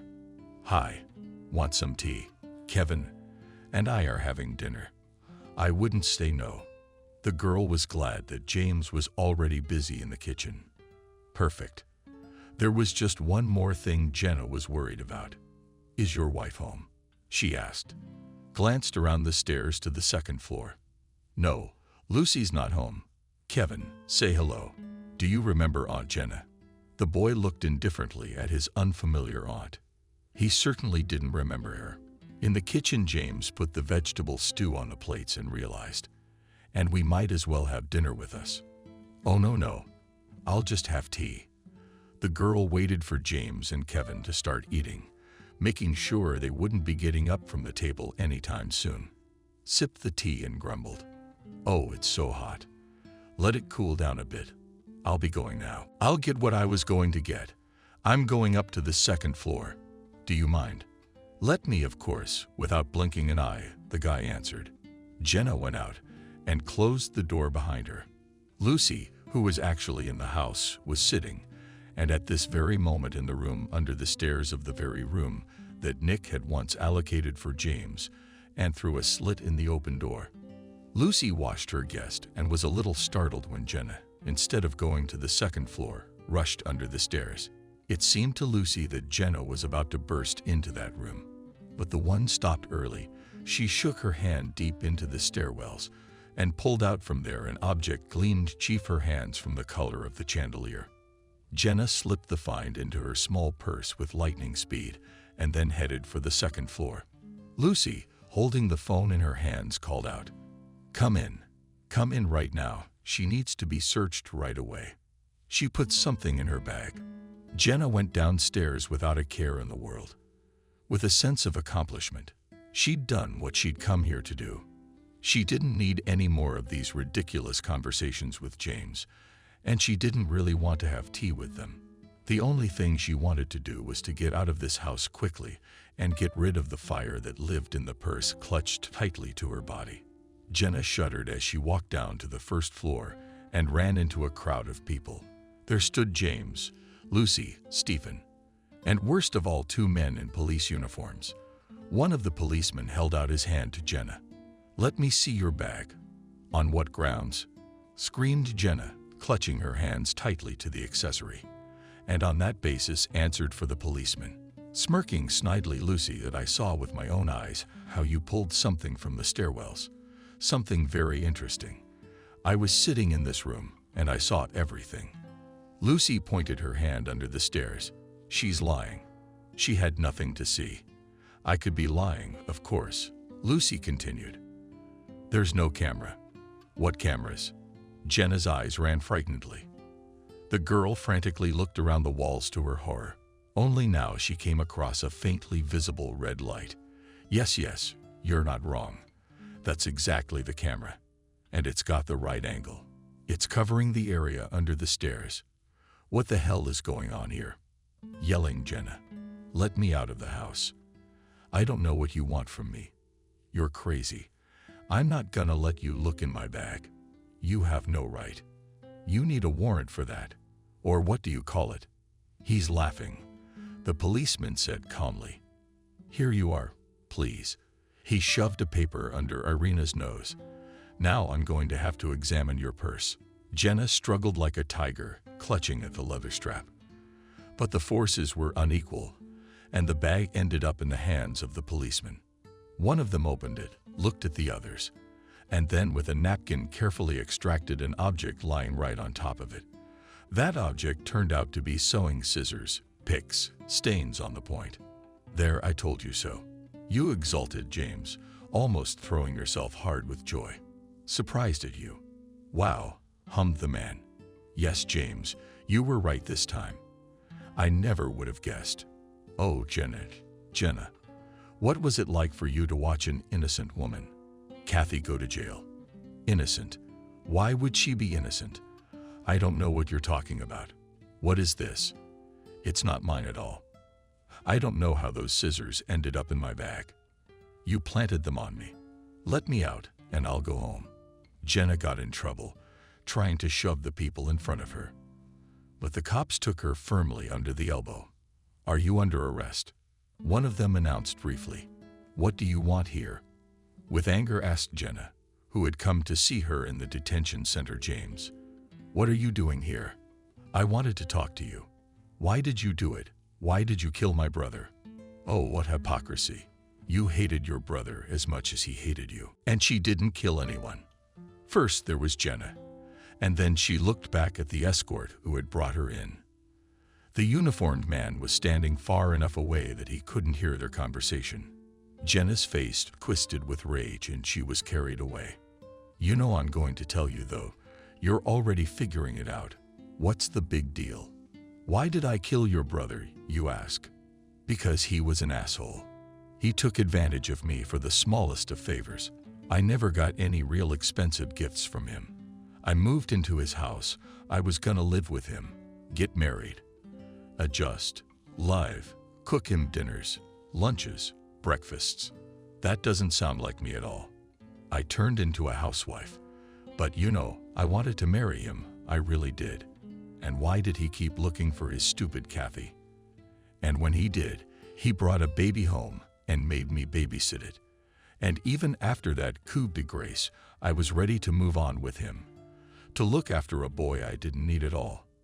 Your brother just waited until he decided to bring his ex-wife back into the house, and he told me to get out of the house. Can you imagine getting out of the house like a used rag? He just wiped my feet, and when I started to make reasonable complaints to him in raised tones, he hit me with all his might in the face, smashed my lip. That's when I went into a rage. Nobody treats me like that. And I wasn't going to kill him anyway. No, I wasn't. I knew where those scissors were. I opened the drawer. I jammed them in with my hand. I wanted to poke him in the shoulder, but your brother's a coward. He tried to dodge, and it hit him in the chest. Nick collapsed like a Leatherman. That's where I sang. I panicked bad. I should have gotten those scissors out of the house right away. And I panicked like a fool and put them under the stairs before I had a chance to think about it. So your parents knew and deliberately covered for you. My mom knew, so what? That's why she's my mom. She's proud of me too, and she thinks I should never get hurt. Yeah, she is. What did you want? Except, you know, you're the only one who heard everything I said in here. I really wanted to get it out. I'm tired of keeping it all inside. But no one else will hear it from me. I'll deny my guilt to the end. No one can prove anything with a pair of fucking scissors. Not a bloody pair of scissors, but the murder weapon. James answered calmly. Today it became known that fingerprints were found on them. Yes, that can't be true, Jenna exclaimed. I erased them. Well then, James smirked. A couple of prints were found. Next time you kill someone, be careful. The case has been remanded, and Kathy will be released soon. Kathy, are you and your brother obsessing over that blessed girl? It's all her fault. Letting her husband use her as a punching bag. All Nick had to do was fight back in the beginning, like I did. If only that coward hadn't tried to dodge, he'd have gotten off with a blank shoulder. And Kathy deserves to go to jail. I'll have the best lawyer in the world, and they won't prove I'm guilty. So they won't let your basket go. Don't be happy. But Kathy was released. The girl sobbed when she saw her son. She had already resigned herself to the fact that she would have to serve a full term and could not believe what was happening. It seemed to Kalina that this was just a dream, and it was about to end, and she would have to return to the horrible prison routine. Lucy and James watched with a smile on their faces as Kathy pulled Kevin against her and squeezed him so tightly that it hurt a little at times. Despite this, Kevin never once ventured out, never complained, but only pressed himself against his mother, clutching his hands into her thick hair. As the girl gave birth to her arms and let her son go to the floor, she poisoned herself, examined herself. I need to wash up. I need a shower right away. Why do you ask? Stupid laughed. Sure, go ahead, be afraid. I'll get you a towel and a clean robe.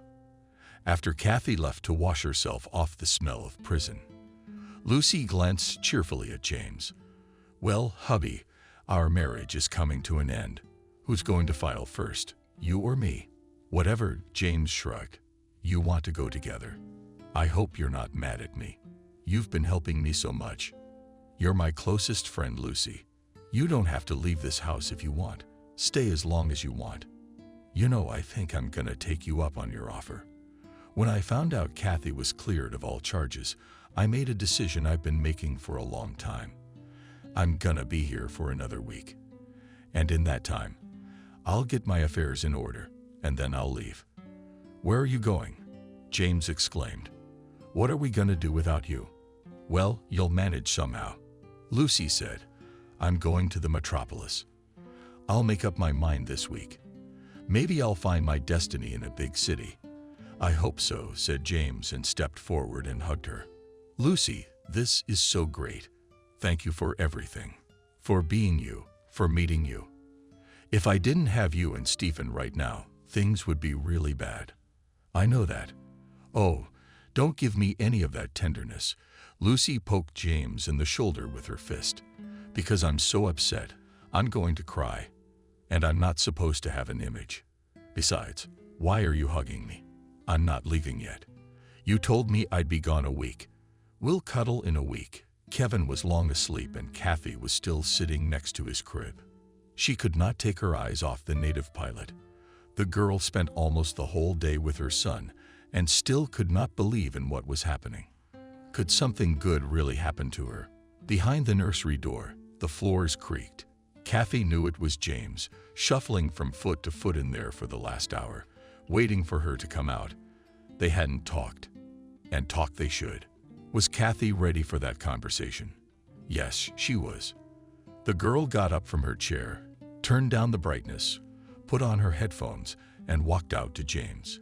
Kathy, you will marry me, blurted out James the lyrics to Shiny. If it's been on his tongue since morning. That's how confused Kathy was at once. I thought you were still married. You know what marriage is and what it was for, don't you? Lucy, she's Lucy. She's a wonderful person, finished Kathy. I'm very grateful to her for the boyfriend. I didn't get the chance today, but I'll be sure to tell her that. And yes, James, of course I'll marry you. That and yourself. That's you know how I feel about you. James took Kathy's hand and pulled her to him. Did the girl pull away? No, not now. I'm sorry, but I'm not ready yet. There's some kind of moral block inside. I don't know if you understand me. I understand, James sighed. I'll wait. He turned around and went to his room. Sleep wasn't working. Just behind the wall was the one he needed, the one he'd been fighting for so long. The door of the room creaked open softly, and Kathy stood on the threshold, illuminated by the moonlight from the window, wearing a light nightgown. James, what am I talking about? What am I not ready for? Yes, I've been dreaming about this almost from the moment we first met. I don't remember the moment I fell in love with you. I want to be with you now and always for the rest of my life. Subscribe and click the bell. Damn it. If the grandmother had heard such a dirty expression from the mouth of her pupil, she would have deprived her of sweets for a week and made her wash her mouth out with soap. But since Grandma was sound asleep at the late hour of 0 o'clock, Camille went unpunished, finally having stopped pacing her room. Exactly the beast of the cage called the garden. The young girl plumped down on the bed, complaining about the creaking, shell netted from the mushroom in a pile of plush John, and snuggled into his worn chocolate-colored fur. Silently she cried. How? But how could she have been so stupid? To fall so low? It wasn't her brain that obligingly suggested the flu, though. There's still time before the immediate fall, namely 21 o'clock 30 minutes. The exact time was suggested to her by the dial of the alarm clock, at which she cast a tear-stained glance. It was in that time frame that she was to report to the abominable. Impossible without a heart of the scoundrels. 2. It all happened 10 days ago. Camille was in the school library. She had just returned the books she had read and summoned the help of an elderly librarian who had been plagued by sciatica from the rainy weather. Samara had them shelved. Petty. There was a mocking voice over her shoulder and a school drill. Way rolled. Cooley turned around. Startled. Because of the height difference, she gave the owner of the voice with her nose somewhere in his chest. At armpit level. No, she said, abruptly, and through clenched teeth, she dropped her gaze. She looked bold and contemptuous. Stephen is the bully of the whole school, a bully and just the embodiment of all male vices. The distance between the boxes left no room for maneuvering. But Georgia, still out of the back, turned around, involuntarily slid sideways on his thigh, and standing on tiptoe, reached up. And just a little more, and the book on the lives of the greatest ancient Greek philosophers would be in place. She decided that she would just ignore Stephen, not give him that pleasure. Grandmother, by the way, even in the mind forbade to swear, but granddaughter in the mind to do it to herself aloud. Because it was so, because life turned out to be so, that sometimes she felt emotion, and it was impossible to do anything about it. Camille repeated to herself that she did not care that he continued to stand. Behind him, he must be squinting mockingly, blue eyes so piercing it seemed he could see right through you. A rustling sound was heard. Stephen apparently scratched the back of his blonde head. What unseemly habit! And then he suddenly intercepted the book from her, yanked it out of her hand, and slid it back onto the shelf himself. I didn't ask for it. Before she could finish, she choked on air, because he immediately grasped her shoulders firmly and turned her around to face him, literally typing her back into the shelf. I need to talk to you. I have nothing to talk about. Unexpectedly for herself, menacingly raised her voice and immediately remembered where she was, went to a whisper, leave me alone. That's how it is. After all you've done, it's no different than teasing. He lowered his voice too. By the way, you've caused me so much damage. You're a firing squad. Calling everyone up to the director. Losses. Who could even come up with trading answers for tests? Businessman, Stephen snorted. You're a dishonest man. You're a liar. You tell me you're not a gentleman. His hand suddenly moved from the girl's round shoulder to her thin, tall neck. His fingers ran along the edge of the snow-white legs, the collar, the decorated dress, as if to feel and outline the contour of the collarbone. Is that what it is about you? You seem to dress like a grandmother and act like one. What are you doing? The girl whispered. Her voice was quiet, barely audible. No longer out of habit of observing the rules of the library, but out of a strange numbness that spread through her body from the places Stephen touched. He grinned, but with only his lips. His eyes were cold. Nothing to do. He pulled away, took a step to the side. And so there was finally some distance between them, an obsession that had subsided. Nothing to do. Camille gasped for air. Stephen stood with his hands in the pockets of his jeans, on top of a t-shirt with some soccer club insignia and a black jacket. Dry, clearly 2 sizes too big. Despite his tall height of almost 190 centimeters, the guy was not very broad in the shoulders, and was terribly self-conscious about it. But he kept it a secret, of course. Stephen was the storm of the school, elusive and yet a known bully in the neighborhood, but on his half. He was also a repeat offender with a history of being held back in 3rd, 6th, and 8th grades. It was hard to know what was the ugly truth about him, and what was a scary rumor. But in any case, it would be hard to find a person more opposite in qualities and peculiarities noticeable at first sight in comparison with Sophia. And she, like him this spring, turned 18 years old at the very beginning of the season, when the first drop just appeared from the roof. Except that while Stephen looked all of 20, Camille was considerably younger than her age. The principal, the vice principal, handed out in the cafeteria, and some other people cringed at that. They loved to compare them. That's how unlike a schoolgirl is to her peers. Camille's grandmother, Emily, who for 10 years had also been her guardian after the death of her parents, who died in a car accident, and her only relative in the world, took care of her. 2 people from very different eras inhabited the 3-bedroom Stalin apartment. In her working past, Emily taught history and literature. For almost 30 years, she had lived in the far north. Her pension was decent. She had enough to live on, as they call it. However, an outside observer could decide that the life of the grandmother and her granddaughter was peculiar, if not to say very strange. Camille received an exceptionally strict upbringing at home.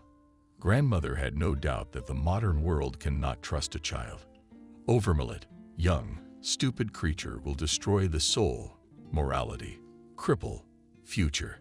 Emily herself kept to herself. She socialized only with a few worthy, in her opinion, people around her age. And if there was someone who had the audacity to say that she treated the child wrongly, That person received such an angry, logically constructed, and reasoned response that he himself was to blame, and in general shame on his head. And in time, the neighbors got used to it. After all, every family has its own rules. Everyone knows that. And since Emily's pupil was clean, clothed, and did not freeze, was always fed in winter, well-behaved, since Emily herself had a reputation for impeccability. For the last 50 years, then with time everyone calmed down, and even Envy a little began to envy.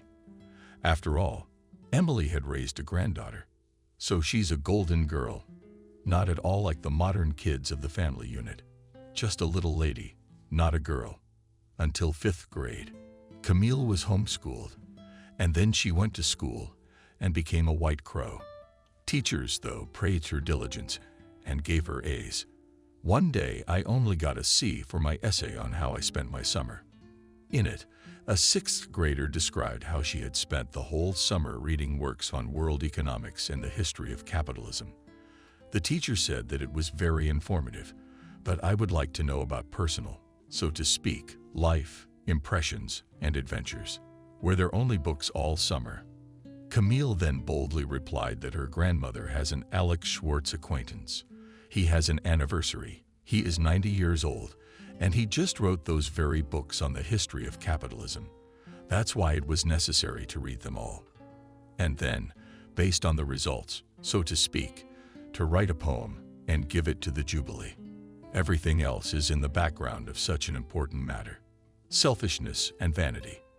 If Camille had said this one-on-one, the teacher might not have been angry. But the confrontation happened in front of the whole class. The class burst into laughter, and the teacher gave the girl a C. That C made the girl sick.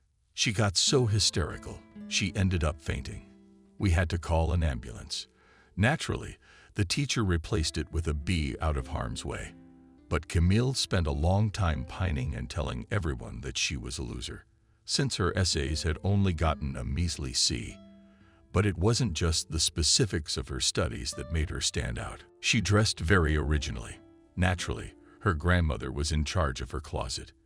It consisted of good new things, except that they were made according to the fashion of the 30s of the last century, and that they were clothes are not the most fashionable dressy styles in that era. Shoes were also selected the most modest.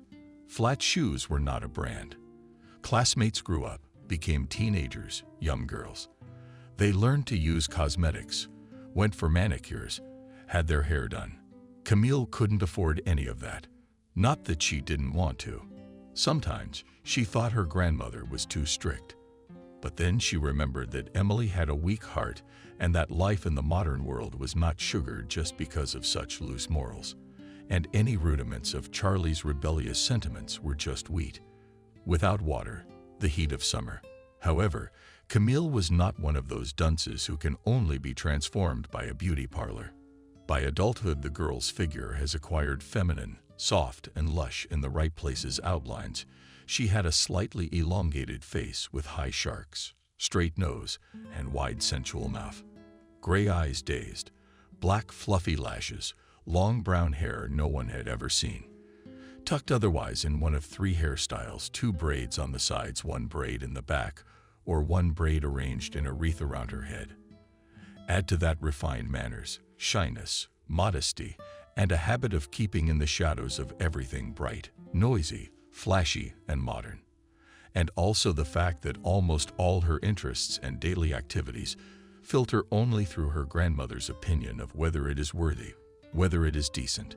And if some meticulously outside observer were to analyze Camille's exactly outlandish exotic mess, he would easily find in everything the reason why those around her perceived her as a strange person. That's putting it mildly. And only in exceptional cases, such as in clashes with Stephen, who for the past 2 years had increasingly made her the object of his attacks. Light, but offensively barbed. Only on rare occasions did her usual calmness come off, and she began not that she would never be boorish, but would reply sharply and defend herself vigorously. "So you have nothing to do," Camille repeated. "Then go and study, you asshole, or help out in class 3. Someone broke a window. It's blowing. The kids need help. Aha. You're fast. Stephen has his usual smile on his face.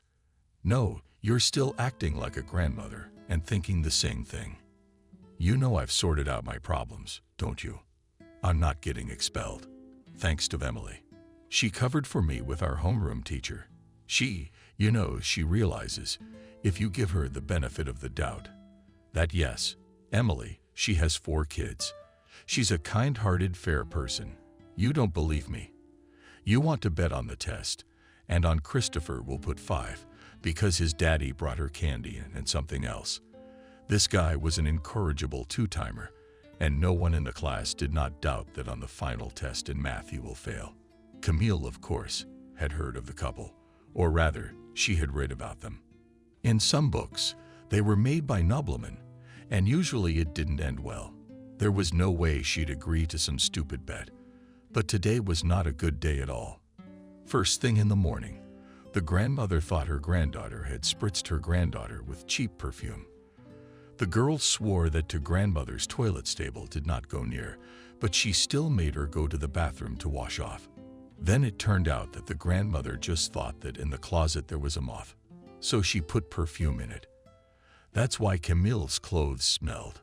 The grandmother didn't apologize, and her pupil felt unjustly offended. Then before school, she ran into a store to get tights.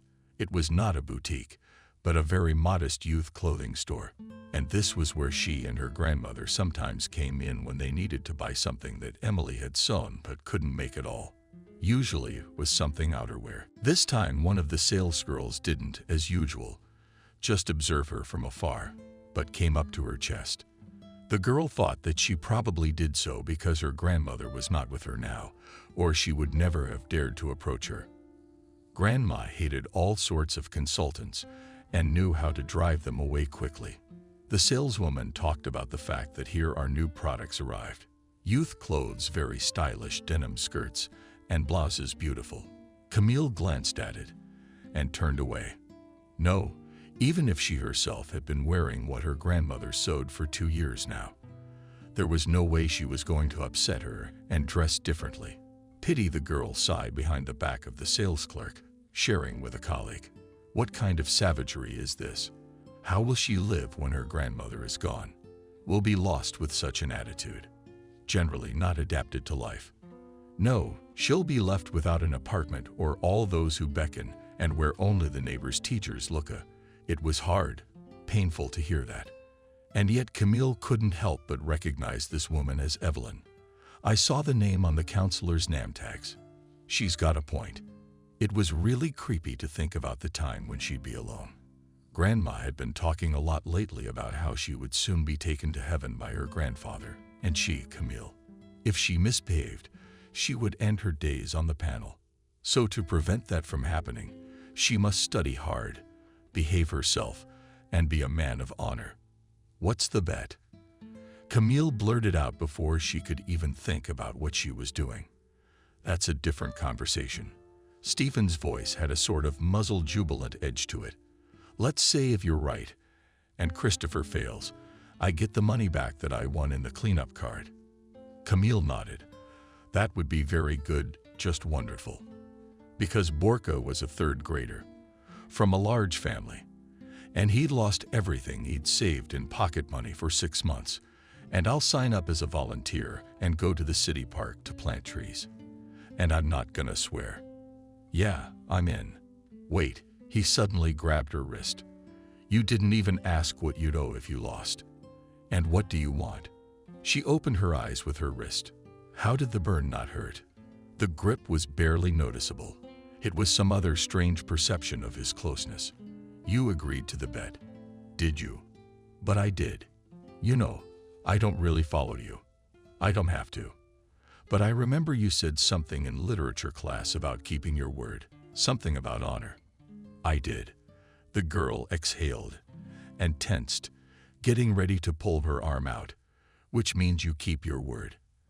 And if you lose, you'll come where I say and spend the night with me. Why the squeaky armor? Theoretically, the guy was very clear. Except in my brain.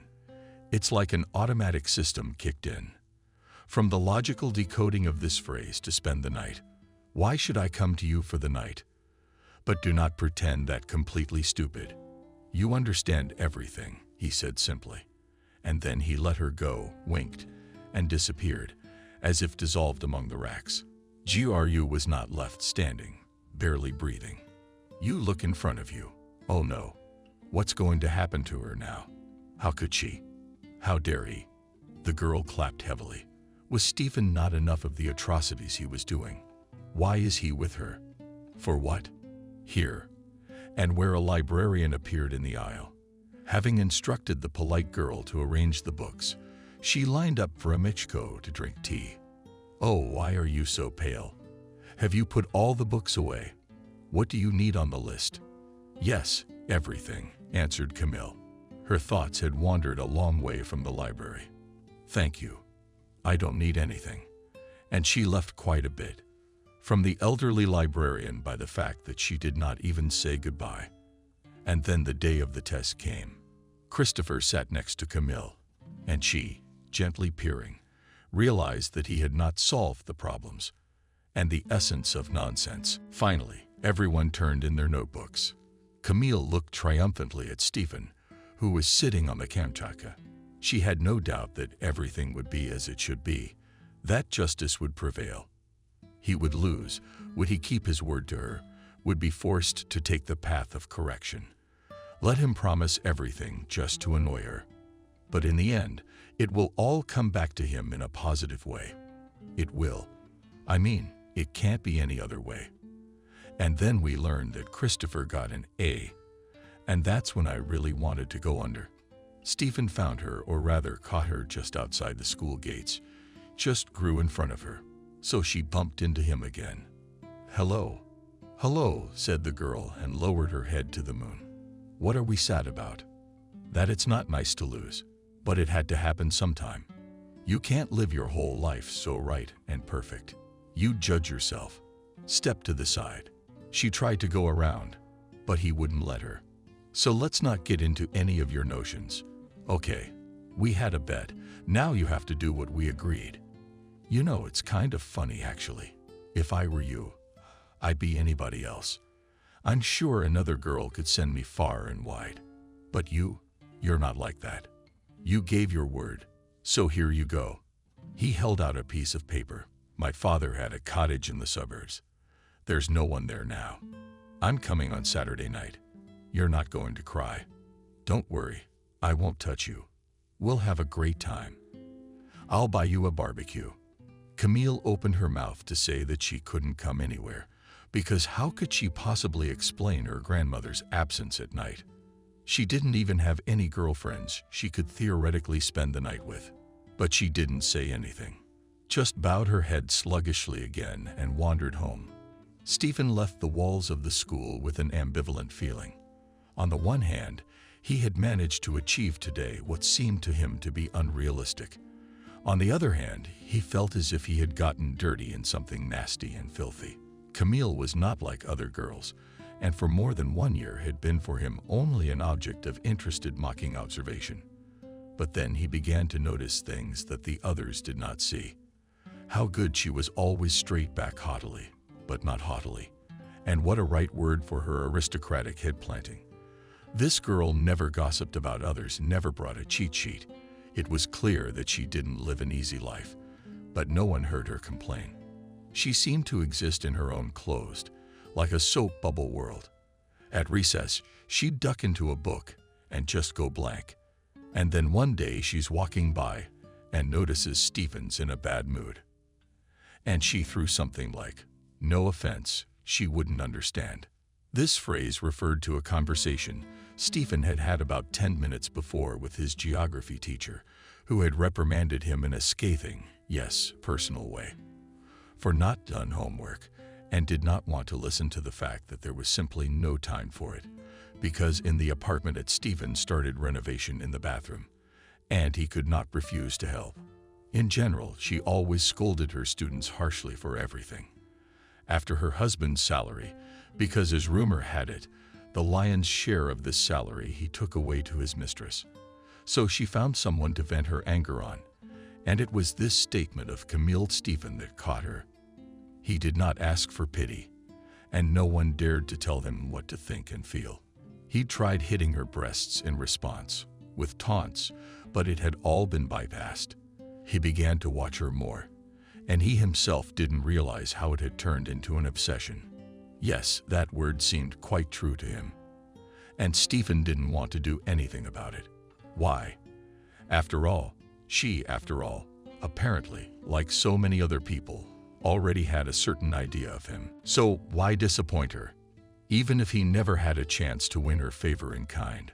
Well, so be it. But he'll get his. Camille was welcomed home. Familiar, adored Smel's grandmother boiled for a late lunch. Chicken noodle soup and fried pies of broken dough with black caviar. But before sitting down at the table at the very doorstep, Grandma questioned Camille about the grade her test was given at school. Only when she was satisfied with the answer did she tell her to fan out and wash her hands. Then they sat down to watch some old Musketeers movie on TV.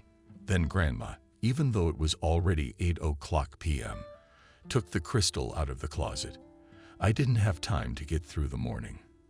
But it's necessary to do nothing at least in the evening. Hands from labor will not fall off, she said, giving the pupil an apron without on the couch, which was not avoided by any homework. Then Emily went to bed. Camille found herself left to herself. On the dial, the hands were getting close to midnight, inexorably approaching the coming of Saturday. She drew in a gasp of air and threw herself on the bed, closing her eyes. What was she to do?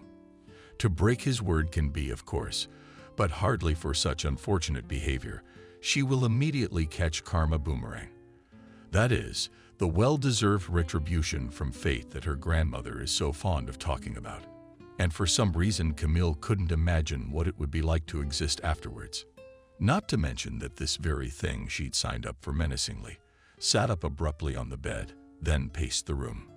Then a curse burst from her lips. Camille was more and more inclined to tell her grandmother everything and let her scold, let her punish. But then there would be a chance to make up her mind. What to do now? Grandma won't leave away. We'll say that, of course, there can only be a negative answer here.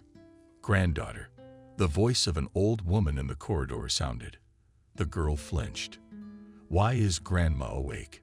She can't read minds. I think, granddaughter. Emily spoke in a hoarse voice. Granddaughter, repeated Emily in a hoarse, weak voice of the heart that she ceased call soon. The ambulance arrived on time. The doctor said it looked very much like an approaching heart attack and hospitalization was necessary.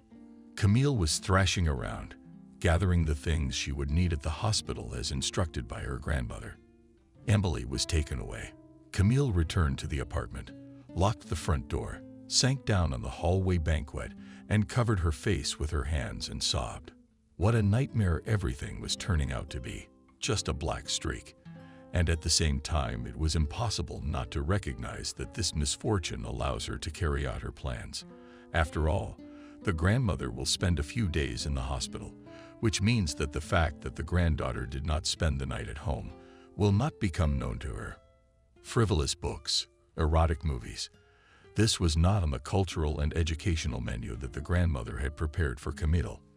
Naturally, the young girl had some knowledge of the relationship between the sexes, and the school program introduced her to the fact that children are not found in cabbage. And yet the girl realized that if she thought about the fact that she had a little more to do, she would simply lose her feelings. Theoretically, of course, in this, there was a plus date canceled. But there was also a downside. She would essentially be betraying her habit of being an honest person. Like today, you lied about being sick of the cutlet, and then you threw them away. My grandmother once reprimanded her, and for some reason that incident was particularly sharp in George's memory. And tomorrow the grandmother narrowed her eyebrows and slapped the very missing cutlets in front of the pupil. Are you going to steal? Or will you run over a man with a car? Yes, on a green light. Grandma, forgive me, please. Choking on tears, asked little Camille, you will not make me finish them. They were in the garbage pails. How smart are you? Emily stroked the girl's head and then grabbed her ear and pulled her from the table. Take them out and give them to the stray cats that live in the basement. Put your hand straight up and throw it down. Grandma, from fear, the girl even stopped crying. We do not have cats living under the house. Only the rats are there. I don't want to. Too late, dear, grinned the old woman. You have to take responsibility for your actions. And if a rat bites your fingers, she said, touching each of the 5 fingers on her granddaughter's left hand, it's your own fault. I'm a sweetheart. I'm ready to love all kinds of you. Even if you were crooked in the face, even if you got D's in school. But if I knew you were lying, I'll know you don't keep your word. You're gonna lie to me one more time. That's how you're gonna get me in the coffin. You won't have a grandmother anymore. You'll go to an orphanage. I'll live off you. After that, 10-year-old Camille realized that she would always be an honest person and would not break her word. To go and give herself into the hands of a monster in human form. Camille chose her weekend most dressy dress, snow-white Richelieu fabric, skirt, sun and sleeves, wings. She blocked her hair with a dark green ribbon over the dress, a light green shade, the young green foliage of cashmere. She decided not to think about what would happen until it happened. She decided to take things one step at a time. Gather herself and check that all electrical appliances were off. Leave the apartment and from her home at the bus stop. Take a bus to the station where the commuter trains leave from. Get off the light version of the train. And she was a little confused, but she was given directions. It was to walk across a field. It wasn't scary. There were other people walking there. Some merry company, a grandmother, a vegetable gardener. They were singing songs, and suddenly a strong young voice broke into their old chorus. The grandmother shared with an extraordinary companion, who was so young knew the words of an ancient Schlager, but immediately sang again. And so the whole company reached the dacha community. It was separated from a small village with the funny name of Jersey Pole, where in the old days they used to graze giant herds of cows, and now rare cattle kept by the locals. And a little farther to the south, the village and dachas were described by the river. In the heat of the summer months, it dries up almost to the bottom. Who are you, sweetheart? Asked one of the old ladies. Yes, that one staggered off. Acquaintances asked to get something. And she waved her hand in the direction of generally towards the forest, not houses. Well, happily ever after, the old lady said. Figured the girl didn't want to talk about herself. That's fine.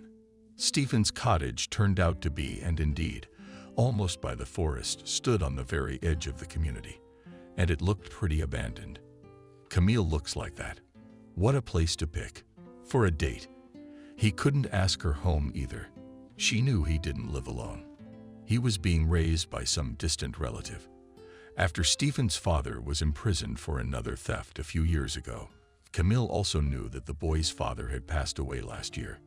Then she sympathized with him and even tried to get close to him, to comfort him somehow. A man's grief. Maybe he realized her attention then. Wrong. He was imagining things. By evening, it was noticeably colder, and the girl chose her clothes according to the weather lunchtime. Still sunny and warm. But now it turned out not to matter at all. The fact that the body crept shivering. What was frightening was something else entirely. Finally, it was on the porch and knocked on the door.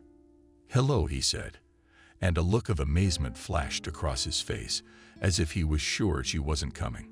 Hi, she said, and thought that awkward mutual greetings like this were becoming a habit. And the group didn't want to make any habits with this guy. Come in. He stepped aside, letting her into the house. The girl froze slowly, as if there was something nightmarish waiting for her beyond the threshold. However, that was essentially what it was. Inside, the house was just as she had expected it to be. It was in need of repair and cleaning. The furniture had been brought in on the principle that it was worthless. The floors were painted a luscious orange. Camille remembered that the same floors had been in her grandmother's village house. She'd only been there a few times, and then Granny had sold it. She didn't have the energy to travel to keep everything in order. and it was too far away to be used as a summer house. But the main reason for getting rid of the ancestral nest was that she needed money for her Camille nurturing. That's the word nurturing Grandma used. By the way, when she wanted to reproach her granddaughter, say, "I spend so much effort, you nurture, and you still manage to just shrink in winter, tear a new dress for walks, refuse to drink fish oil for immunity do not remove. You put toys." The list of reasons for reproaches was endless, and only having grown up, or rather in 15 years, Camille began to think about the fact that not everything was her fault. Just sometimes her grandmother needed a fight, and the person with whom it could be done at will. She was the only one who could do it. "So, do you want a drink?" Stephen threw awkwardly as he led the girl into the back of the house. "I don't drink." She dropped it and rolled on him warily. "No, I don't. I'm already aware of that. I'm asking about tea. No coffee." "No, I'm not asking for that." "And you can." And Nastya got the purse handles first, so we switched knuckles. "I know I lost the bet, and I keep my word. I'm ready, but can you hurry it up?" The last word she threw at him angrily, determined to cross the distance between them. She stood close again, and he could almost feel her breath. So Stephen stared, dumbfounded. "I realize I have quite a reputation, but why were you pouncing on me? What was the courtesan used to call these girls of such behavior? You see, it turns out we can speak the same language," and he smirked. "Okay, that was an unfortunate comparison. I'm sorry, but what do you think? I jumped on you like a barbarian right here on the doorstep, threatening you without answering anything." Stephen sighed strangely and stepped back, shoving his hands into the pockets of his jeans. It was gloomy in this part of the cottage. The light poured in from the open door on the right, and there were two of them. The long hallway was junked. The living room was junked, or rather the living room was junked, because in principle there could not be a living room in the cottage. Camille was more inclined to the latter, if to take into account the fireplace, which, apparently, had not been heated for 100 years. It was so dusty with some kind of garbage inside, but she was much more interested in Stephen than in the surroundings. On the way here, her mind was drawing the most fantastic, disgusting pictures, and she imagined being at the mercy of a cynical, immoral scumbag. But for some reason it seemed that now she was just a boy who wanted to seem tough, like the bad guys in action movies, but he's desperately afraid of it. "So you're shivering and you're gonna sneeze tomorrow." Apparently, the prolonged silence, in which they froze like two exhibits in an abandoned museum, began to irritate him. "Come on, I'll put the tea on." Camille doomedly sank down next. "What's all this for? What's to make me tea?" "It's logical, because you touched it. What does it matter if you're going to? What are you doing?" A girl ran in. When Stephen pulled her sweater over her head, the guy froze. I rounded my eyes. She took a step back and still had her back against the wall and held her purse out in front of her in a desperate protective gesture. "No, please, I'm not ready." A moment later, a scratchy woolen article of clothing flew into her face. "Stupid. Hold it. It's cold to look at." Stephen, who remained in a t-shirt, turned his back to her and began to work on the gas stove. "Put them on." "I'm not peeking." The desire for warmth outweighed the embarrassment of using someone else's clothes, much less a man's, and Camille, tangling in the sleeves, pulled the sweater on. "Thank you," she said quietly. So it's unlikely he heard. "You know, I'm really surprised you came just to do a word of honor. It's kind of old-fashioned these days. I can't do otherwise," I shrugged, sitting down at the table. "And if I were to argue something similar, like stealing something, it would never happen." Camille said smugly. "Aha, so it's still within your moral framework." A teapot and a couple of cups were placed on the table. All three items clearly belonged to different services. "That's not what I meant to say," the girl muttered. "You cheated at all, caught me giving my word before I knew the terms." When he filled the cup, she put her palms around it. Though it was scary, hot, her body desperately needed to finally get a dose of warmth. Okay, I give up. I'm a scoundrel and a molester. But the end justified the means. He smiled and sat down next to me. There's nothing for tea, she asked timidly, suddenly realizing that her stomach protests against the empty drink and lunch and dinner for nervous thoughts, the ground as it was missed. There were chips and a chocolate bar, but I ate them while I was waiting for you. And the euros. Here's half a chocolate bar. He put the candy on the table. I see. For a while there was silence in the kitchen, where a lone light bulb shone, apart from the sounds of tea drinking. What was that? Was Camille suddenly alert? I didn't hear anything, Stephen said nonchalantly. Did I hear something that made you think there was someone else in the house? The girl went cold. No, you're lying. I'm not lying.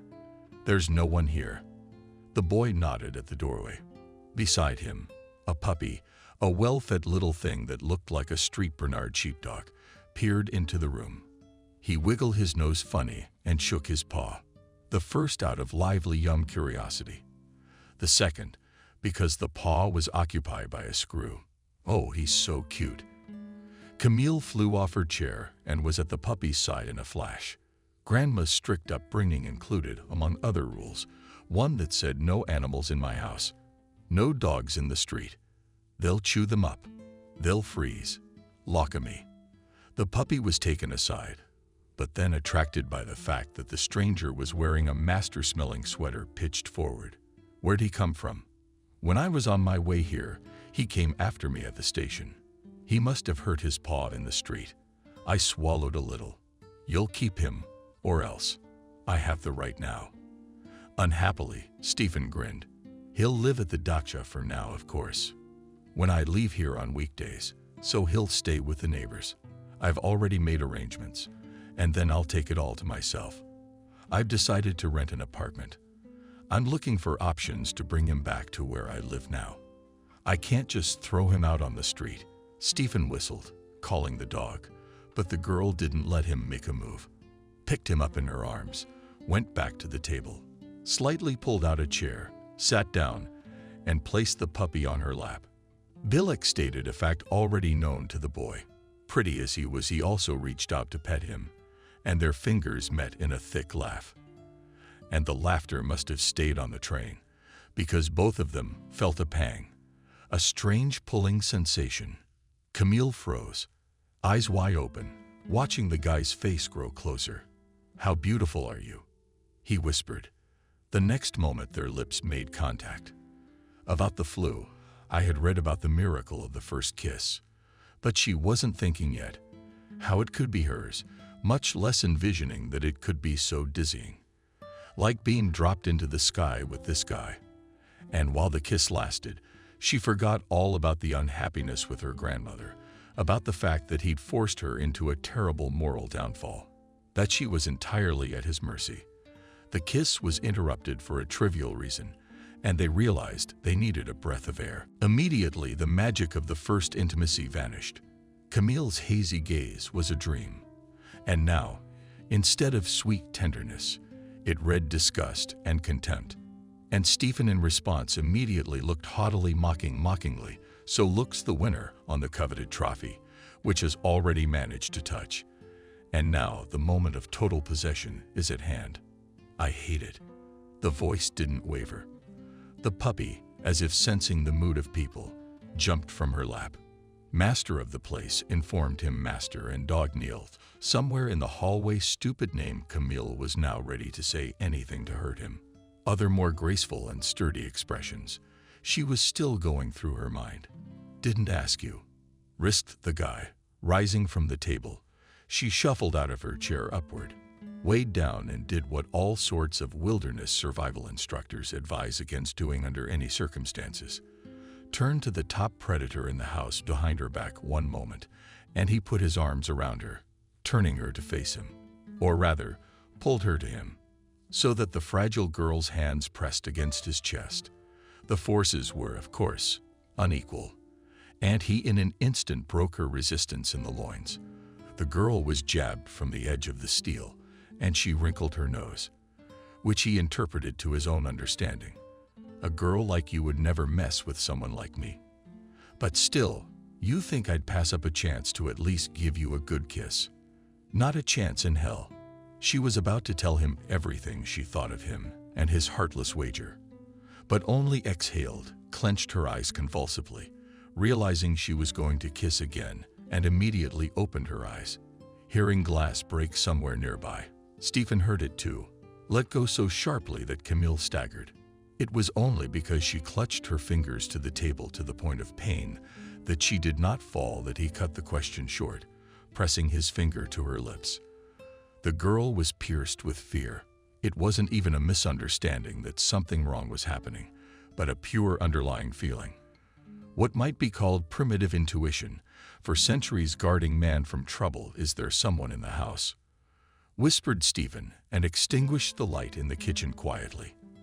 Now they heard together in the far room of what was on the other side of the living room, the hallway. Someone was treading heavily. More than one person, it seemed. Damn it. Stephen sagged, and Camille glanced at him, wondering how, however, they could express themselves so similarly. The occasions, of course, were quite different. Thieves are thieves, for the girl whispered. That one has nothing to take, and usually climbs up to the cottages in winter, answered Stephen. And though it was almost dark, only the light of the moon slipped sparingly through the window. The girl could have sworn that he turned pale. Gotta get away. Must be summoned, she said. The telephone in that room, he muttered through his teeth and turned to her. It's yours. Camille quietly took her purse from the table. I opened it. I forgot it at home. Stephen waved his hand, whether to mean okay or not. What an idiot. Go on. Get out. Call the neighbors from them. And you asked the girl. The young men were already in the front of the house, and those who had entered it in the middle of the night, judging from the sounds, moved from a room that could be called a bedroom. Beyond the door, a narrow bed was visible. There was a covered veranda adjoining it, and also playing the part of a huge closet. All this Stephen appraised briskly, pondering what to do next. The door to the second room was still open when Camille entered the cottage, and apparently the puppy had gone out of there. And it had even returned.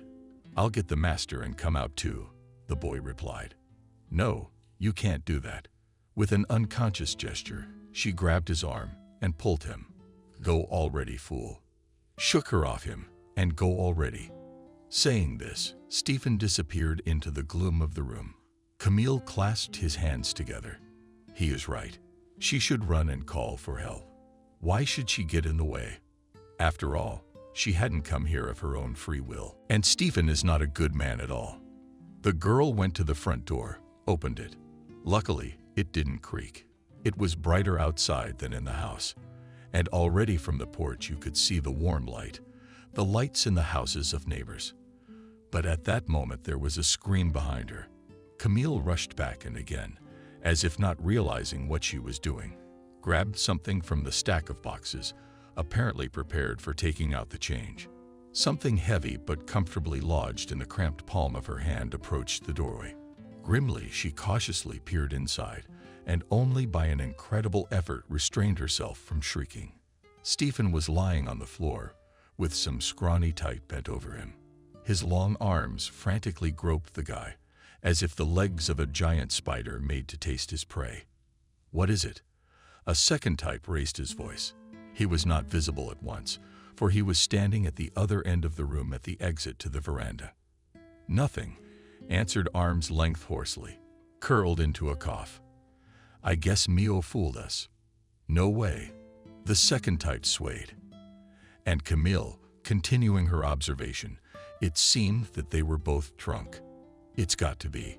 The kid knows something for sure, but he's being sea-linged. What do you want to knit with? Hold on. I'll look. Camille backed up so she was hidden by the wall. She didn't plan. She didn't wonder how big her chances were. She had almost ceased to realize herself, and there was only one aspiration left. One decision: she can't leave here. That's the way with these villains. The girl could almost physically feel the threat coming from them. They were apparently looking for something, But that was unimportant. The moment the arm-length, chain-linked man stepped into the antechamber of the living room, a cast-iron skillet fell upon him. The blow struck him squarely on the head, and most of the weight of the cast-iron utensil fell upon his shoulder. The stranger howled, then grunted and collapsed senseless. Camille, before anything else could react, Sama rushed into the room and just threw the skillet forward at random. She was lucky. Those who had entered the house had not expected to find anyone other than the boy son of their longtime debtor. So they were confused, but the second guy managed to dodge. He darted into the veranda. Frightened by the attack, he did not rush to the aid of his accomplice because he did not know who else was here. Stephen moved and began to rise. Stephen ran. The girl rushed to him and suddenly jerked upward hard, helping him up. "I told you." The boy dropped his tongue behind his flying tongue and grimaced with pain. The blow of the bandit who had attacked earlier came in the jaw, and judging by the sensations, now it was impossible to do without a visit to the dentist. The villain, who opened on the veranda, had a flashlight with him. Its beam snatched the young men, and they turned around in sync. Accurately caught in the forest clearing by the light of the headlights, young Alyosha, "Ah," you foully swore and spat through his teeth, a man in the characteristic clothes of a prisoner. "The girl is still light. Where are you standing? Let's run, Camille. It's the end of you." And the convict took out from his belt something that glinted in the cold light of the moon like steel. They were separated by a few meters, 3 or 4 meters. Stephen came to his senses, and together with the girl, rushed to the exit of the room. He was not a coward, but he was not a fool to stay heroically in the house and engage in hand-to-hand combat. The puppy was yapping at his master's feet. He wasn't a coward either, but he was too young. And when they got into the house, he was just too scared. He scrambled under the one who cried his own way. And now, with 2 good acquaintances around at once, he took the risk of getting out. Camille took an extra couple of seconds to bend down and pick up the mala. "How you round your eyes?" Stephen, when they stepped over, or rather jumped over the louse on the floor of the convict. Such a thing he had not expected from his unwilling guest. But all questions could wait. Without collusion, and without wasting any more breath on superfluous words, young people with a puppy under their arm rushed out of the house and dashed across the lot to a neighbor's dacha. They didn't even turn around to see if they were being chased in. Ran out onto the porch for the door drums. "Help. Call the police. Help." The events that followed merged into several long. Later we recall them, as if through the fog of a clock. Alarmed neighbors came to the rescue. And soon those who had broken into Stephen's father's cottage in the middle of the night were captured. They were indeed, as Camille had immediately thought, escaped convicts. An ambulance and a doctor also arrived. After examining Stephen, he said that, in principle, it was nothing serious. The jaw was not broken. And that's the main thing. "Young lady, you don't risk it anymore." The doctor turned to Camille alone on such a big guy with a frying pan. "Dashing. But what if you'd missed?" "I can't imagine. What else was I supposed to do?" Now that it was over, Camille couldn't stop shivering, even though she was drinking the second mug of scalding hot tea. And 2 woolen plaids, given out by surly, unworthy neighbors, were thrown on her shoulders at once. Stephen disobeyed and looked out still into the street, just when the very convict who attacked him biked to the police car. Too bad he had no time to fight back. Stephen spat on the ground and threatened the man with his fist. He swore at the police. Walking with his feet, he rushed into the fight again. But naturally, no one let him. Stephen heard a couple more nasty things about himself and his father. "It's all clear," he muttered. He went back into the house and sat down at the table, leaning over his cup. Then he explained to Camille who it was. It turned out that 2 prisoners had escaped from the very colony where Stephen's father and his cottage were located. They didn't choose it at random. He liked to lie all his life, Stephen said. One could sense that he was both eager to speak out and uncomfortable with his own need for candor. And Georgia also noticed for the umpteenth time that Stephen calls his father he. But in principle, such an oddity was already familiar since the boy's parent went to the colony 4 years ago. Stephen almost never said either father or John, and here he lied, thinking it would add to his influence in the zone. Bitter, the young man grinned. He didn't keep quiet while he was still at home. He lied that there was gold buried in the dacha, which he stole back in the 90s. You can imagine, Stephen usually spoke about his father without emotion. But now, apparently, against the background of the experience, his intonation was combined with indignation. He lied to my little boy that there was gold in the garden. And I wasn't even then. I used to take a shovel and dig joyfully from fence to fence, from where I took strength. And he was laughing. So there's no gold? Camille asked. No, of course not. Yes, everyone was looking for it with metal detectors. About 10 years ago, they rented the summer house to some students. They heard all this nonsense and started to turn the place upside down, looking for it. And there was never any gold. It's that simple. He just couldn't accept that he was no longer the big bandit everyone feared, which he had once lost at cards. Mom left us back then. That's probably why he went completely off the rails. So he created the illusion that he had money. It's just not time to take it yet. What a bastard. Stephen raised his voice. Even before he died, he had time to shoot the whole psycho out there. How do I know that no one else will come here to this El Dorado on the outskirts? I'm fed up. I'm leaving. How are you leaving? Camille was confused. It was none of her business. And if she had the opportunity to go away and never see Stephen again in her life. But a little earlier, before this attack had happened, she would have gladly taken it, and would even have given much for such a gift of fate. But now she could not explain it to herself. She didn't want to get into the intricacies of her feelings, but she just suddenly realized that she cared about Stephen. It was discouraging, made her feel like a bad and spoiled girl. But Camille couldn't change that, even if she really wanted to. And you'll pass your exams. Stephen stretched out his hand and snapped his fingers in front of her nose. Wake up. What exams? What will this school give me? What about getting into the institute? She whispered. Woolen plates. Would they slip off my shoulders? But the girl didn't even notice, declaring them cool. Aha, an institute like me is lost. Nothing in life is ours for the taking.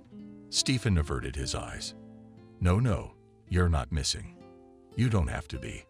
It's not like you have to be like your father, or that you have to live your whole life miserable.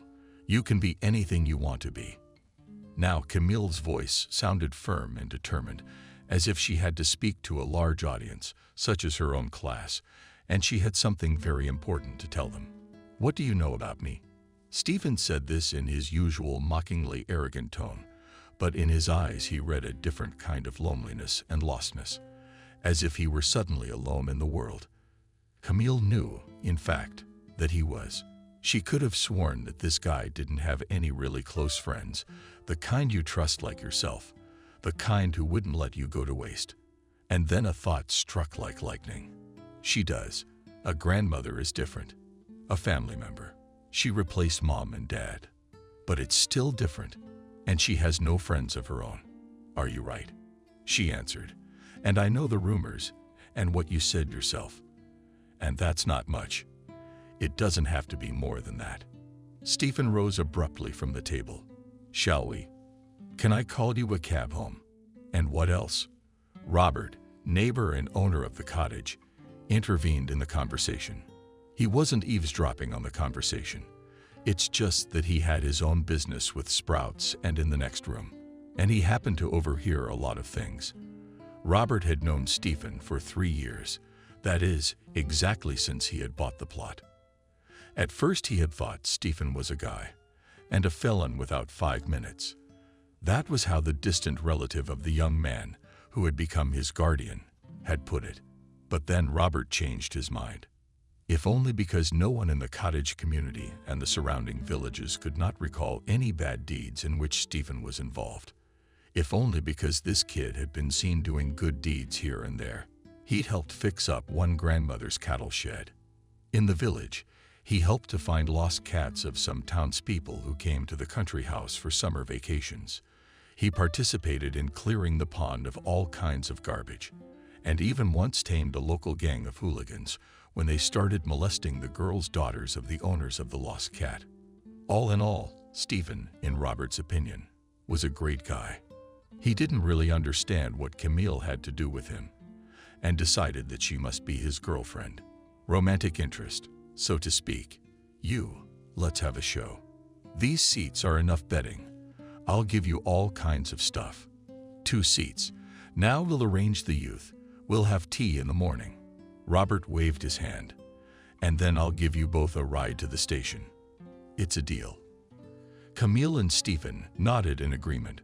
That's how it was done. Glushenko. Finally, you're back. Rushed to the girl looked out of the apartment across the street neighbor. Good afternoon, Jenna. The girl smiled politely. Yes, I slept over at a friend's place.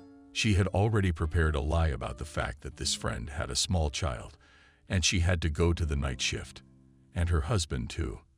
And that's until she gets the schedules just right.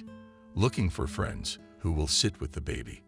But the next words of her neighbor almost made Camille faint. I got a call.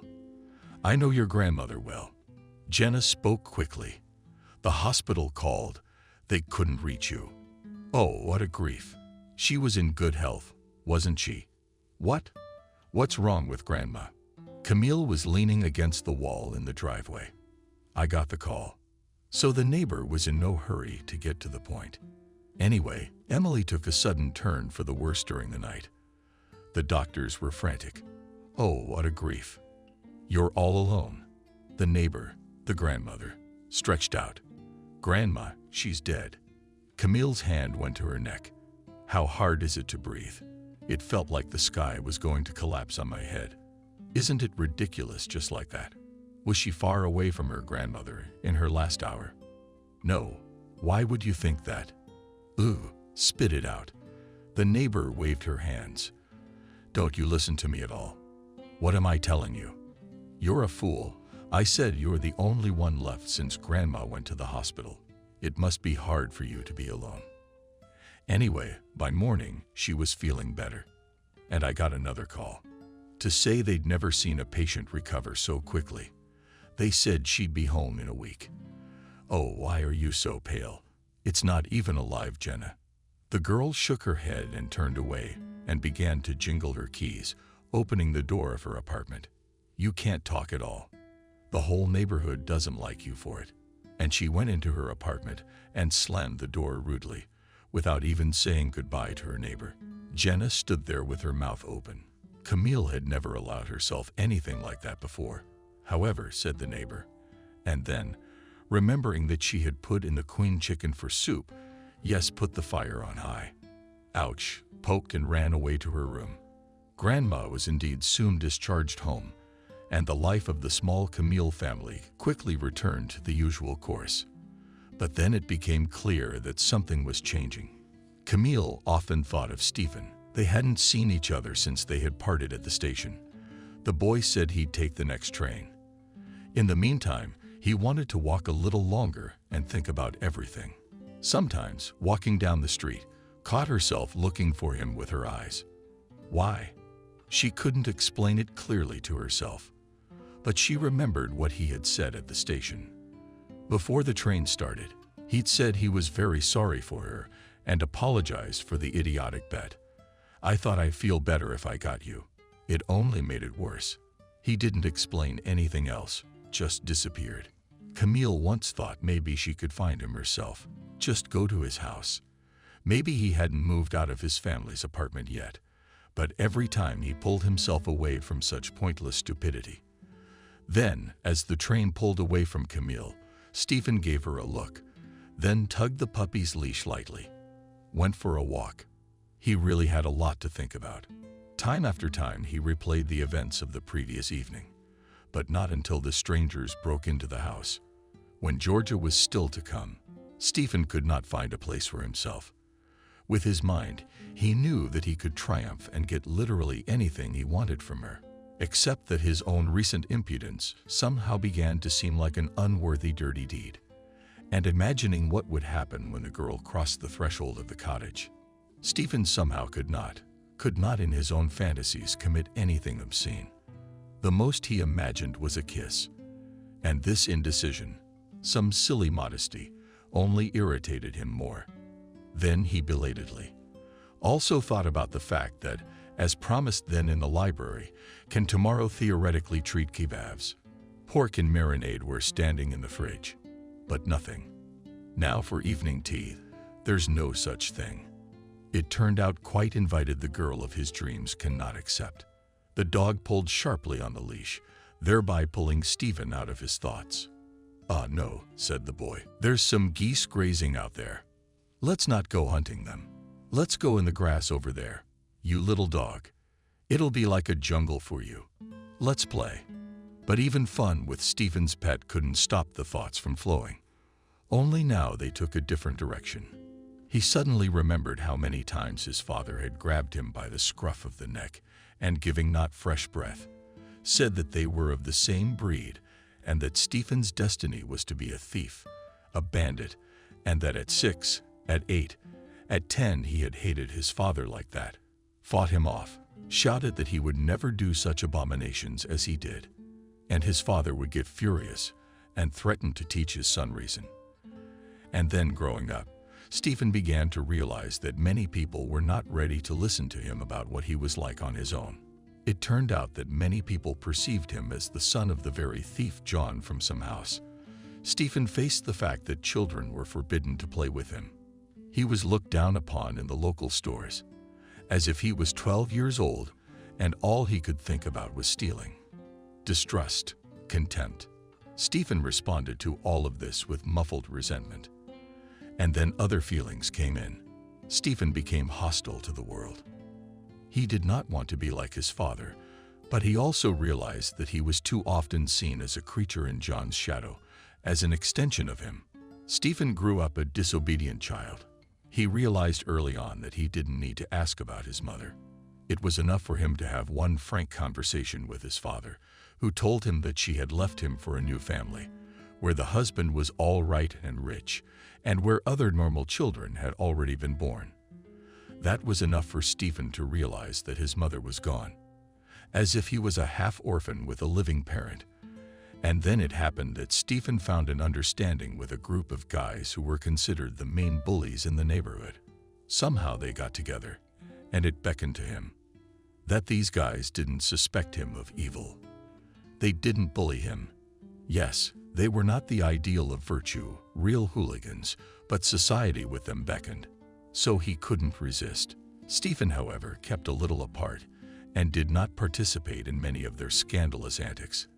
He was 16 when the leader of this kid gang said that they were not ready to be with them in everything.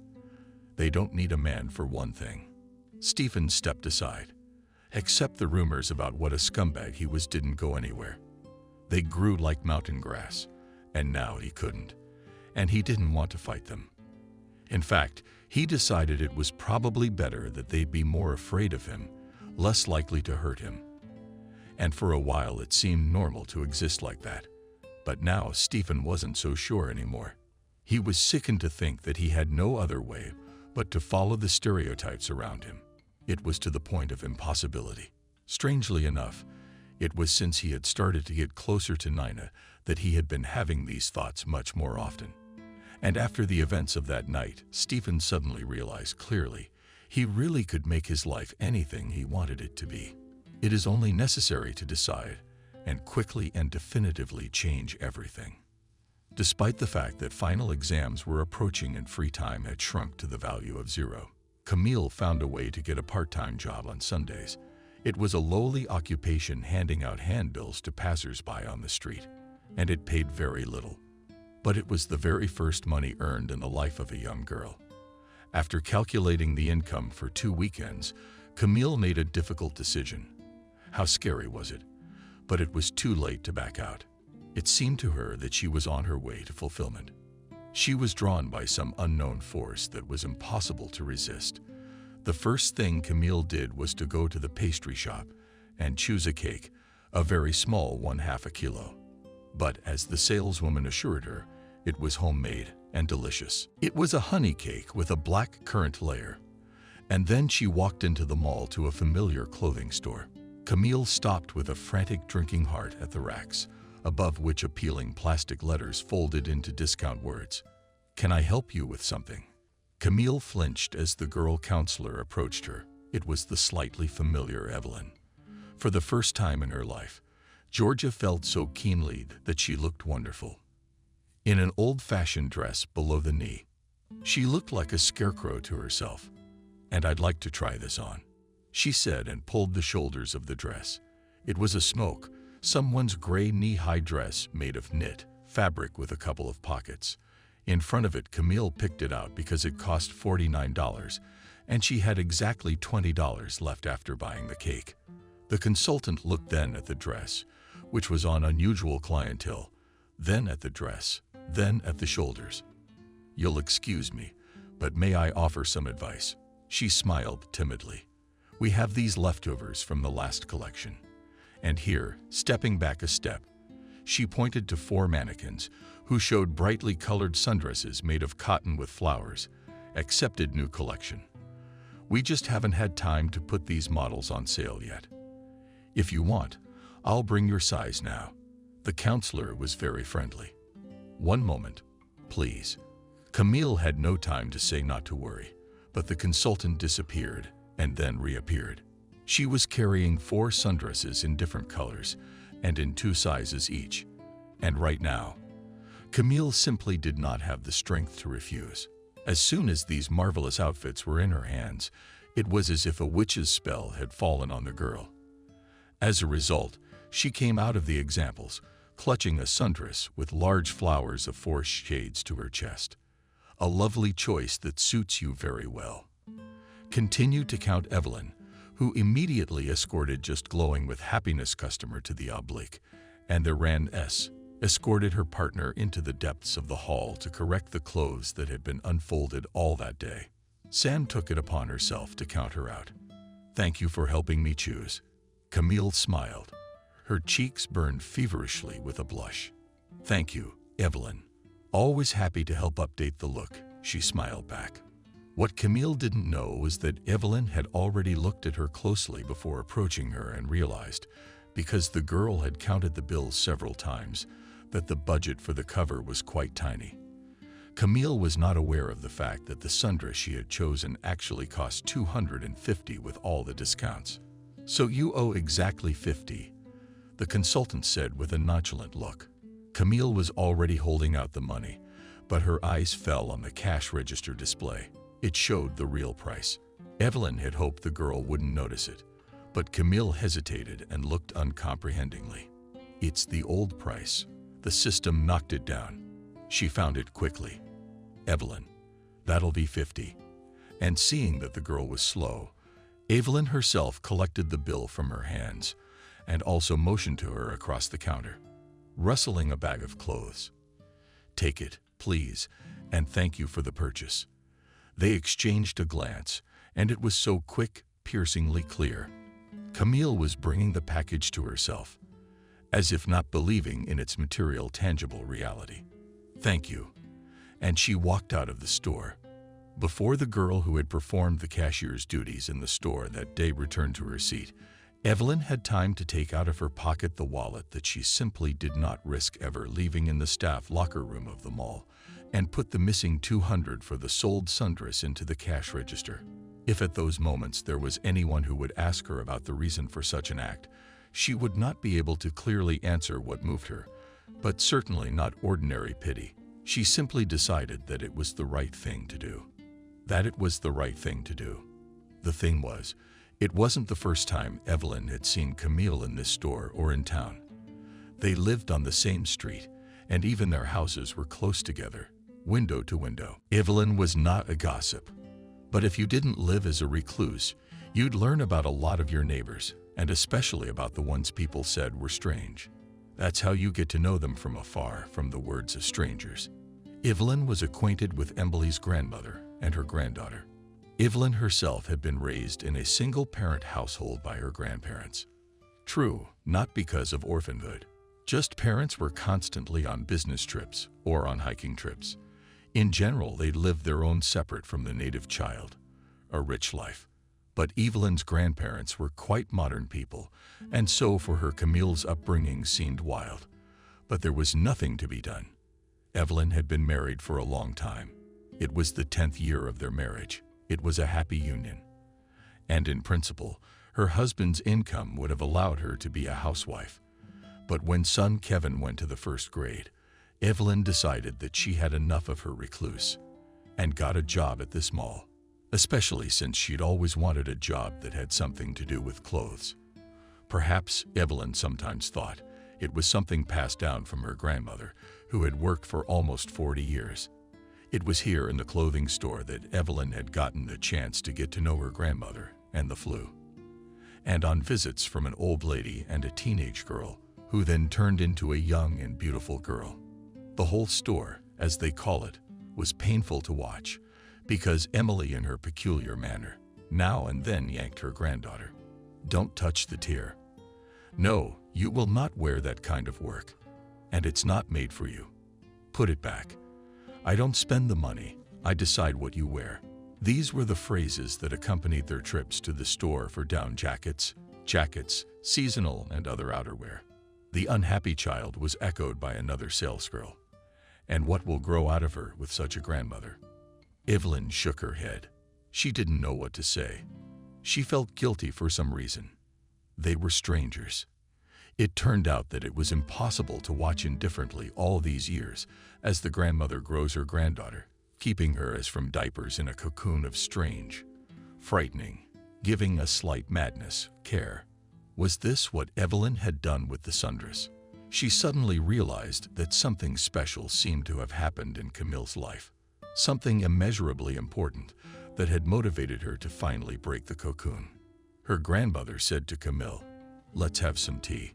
Back home, the girl hastily hid in her room and went to the kitchen, put the kettle on, put out tea pairs from a special ceremonial service, which in general, according to the rules, appeared on the table only on holidays, and on the calendar with magnetic bright squares. It was a very ordinary Sunday. "What's that?" The old lady frowned. "When did you make that speech?" "I didn't bake." The grandmother smiled at Camille and motioned her to the table. "I don't want you to be angry. Okay, I decided on the weekend not to go out, not to the theater, and not to exhibitions, to go to the library. I did a little work."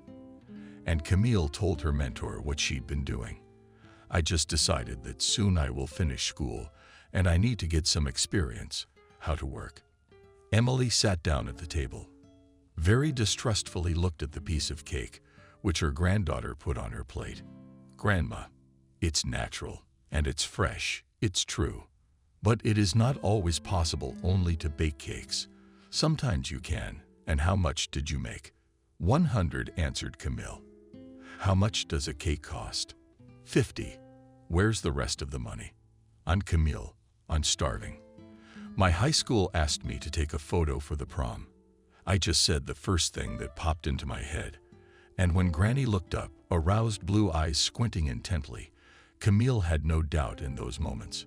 She would be exposed now. But here Emily nodded. It used to be customary for elders to be asked what to do. "Oh, come on. What can I take from you? There's no work after school. Are you going to study?" The old woman finally put off the dessert with a spoon and took a piece of cake to her mouth. Granddaughter held her breath. "That'll do," said Emily, and did not utter another word during the tea party. And then she asked to measure her blood pressure and settled down on the sofa in front of the TV to watch a documentary about VDNK. The girl was happy that the cake was met favorably. The grandmother was simply amazed at her good attitude. After all, the last time Camille had brought her a store-bought cake to the hospital, she had thrown it out the window, screaming about how she wouldn't poison herself with palm oil. Maybe today's tea party is a sign of good things to come. Camille, housekeeper on trial, smiled at her thoughts. But then she remembered Stephen again. It seemed an eternity since that unimaginable incident at the cottage. and in all that time she had not seen Stephen.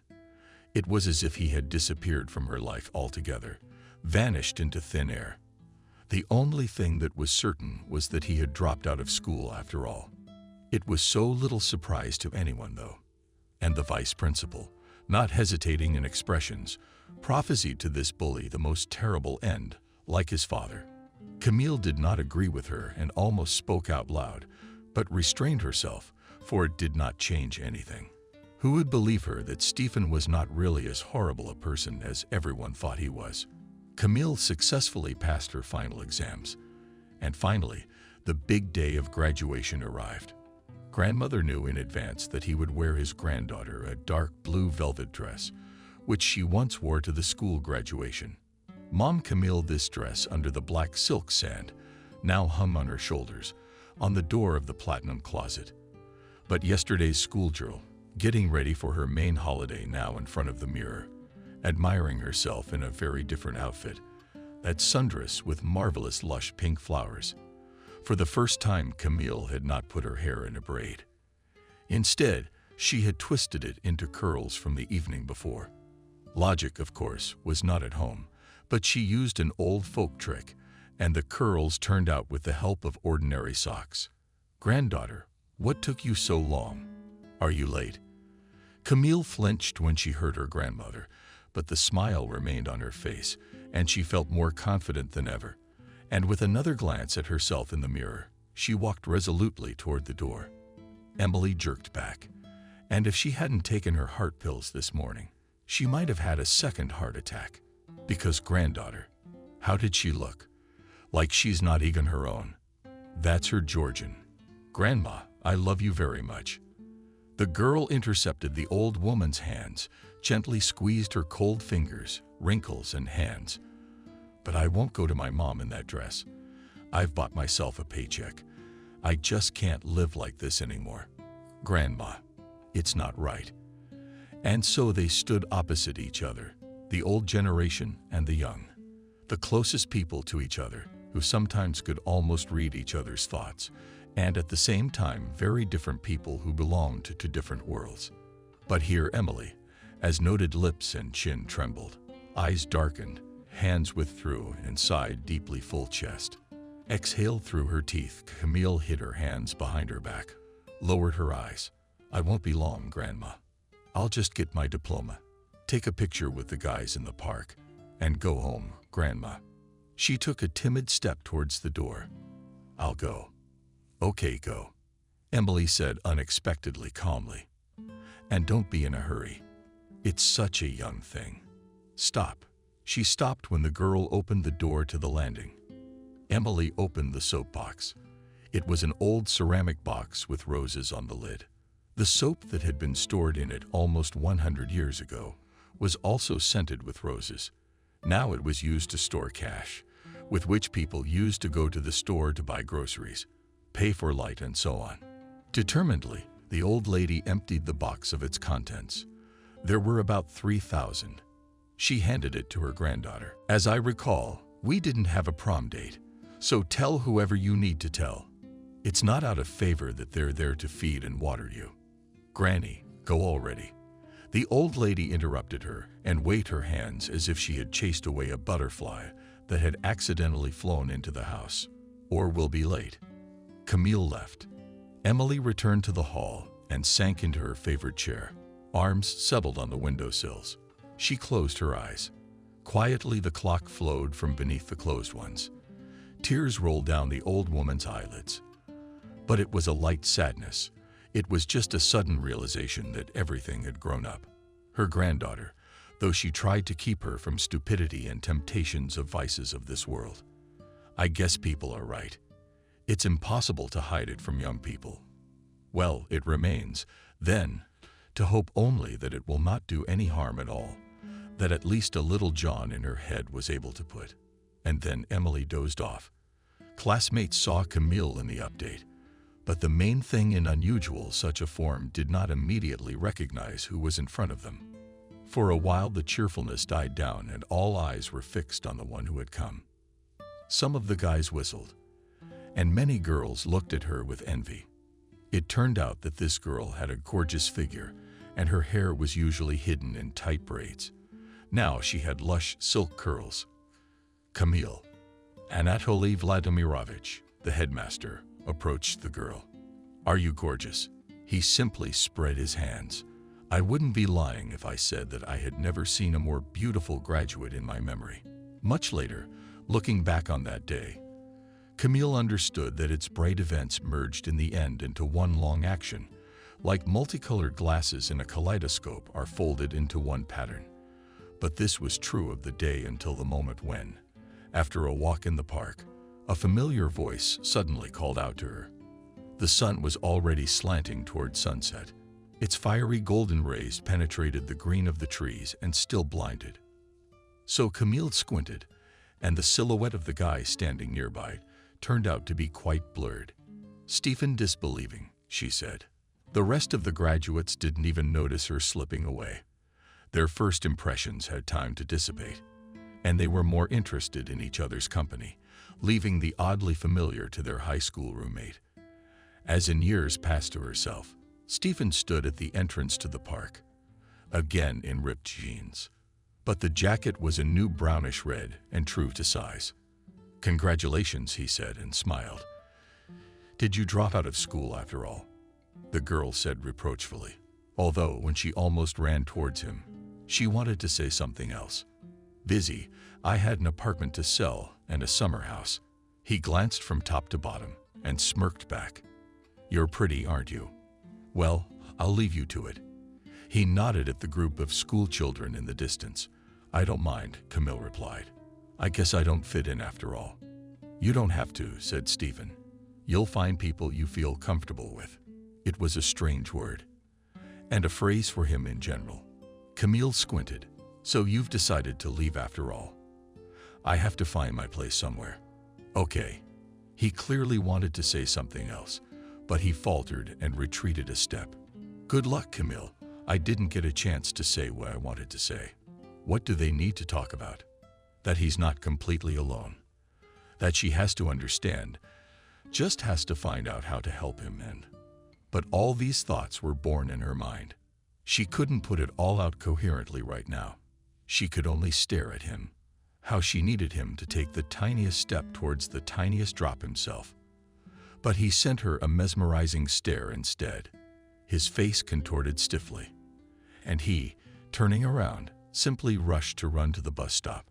A shuttle bus stopped there, and at the same time it seemed painfully clear that he was not just rushing toward the shuttle bus, but that he was running away from it, and from the conversation that could have taken place between them. Figures of swans surrounded by live snowy white hyacinth with flecks of icy pink. And we were beautiful. And if the organizers of this wedding reception had been asked to name the most successful element of the banquet decorations imposed, she would have pointed to these ice sculptures, rhythmically nodding a mini pen on the spread of a notebook, the entries in which were such small abbreviations that only their creator was able to decipher it. The girl looked at her creation magnificently. Thanks to this order, she would finally close the mortgage for the apartment. And also, perhaps, after it I can treat myself to a vacation, in which I have not been for the last 2 years. With a satisfied sigh and a nod to her own reflection, Camille returned the writing utensils to the pocket of an immaculately modest tailored, smoke-something gray. The jacket that made up the set with a pencil skirt, plus the silk blouse of a delicate lavender hue, was stylish but not overly dressy. After all, she is a responsible person here, and in no case should not compete with the bride or even the guests. "Guys, this way." There was a voice behind her through the open door. Camille's eyes widened. Some workers with a stepladder and some other guy in a black suit entered the room. "Over there." The guy stretched out, pointing at the wall. More precisely, on that part of it, which was located behind the seats for the young and was generously traumatized with silk and spoil, the folds of which were supported by golden Cupid figures. "Hey, what are you doing?" Resentment flooded in. "Trespassing on her domain." "Girl, don't you dare touch anything here." The workers stopped and turned to their superiors, and the superiors to her security detail. threw a tall brunette and stuck his thumbs behind the belt of his pants, smirked. It came out extremely cocky. "We're working. Please do not interfere. Do not interfere," indignantly flashed Camille. "Yes, do you know how long we've been laying this down? What do you think you're doing?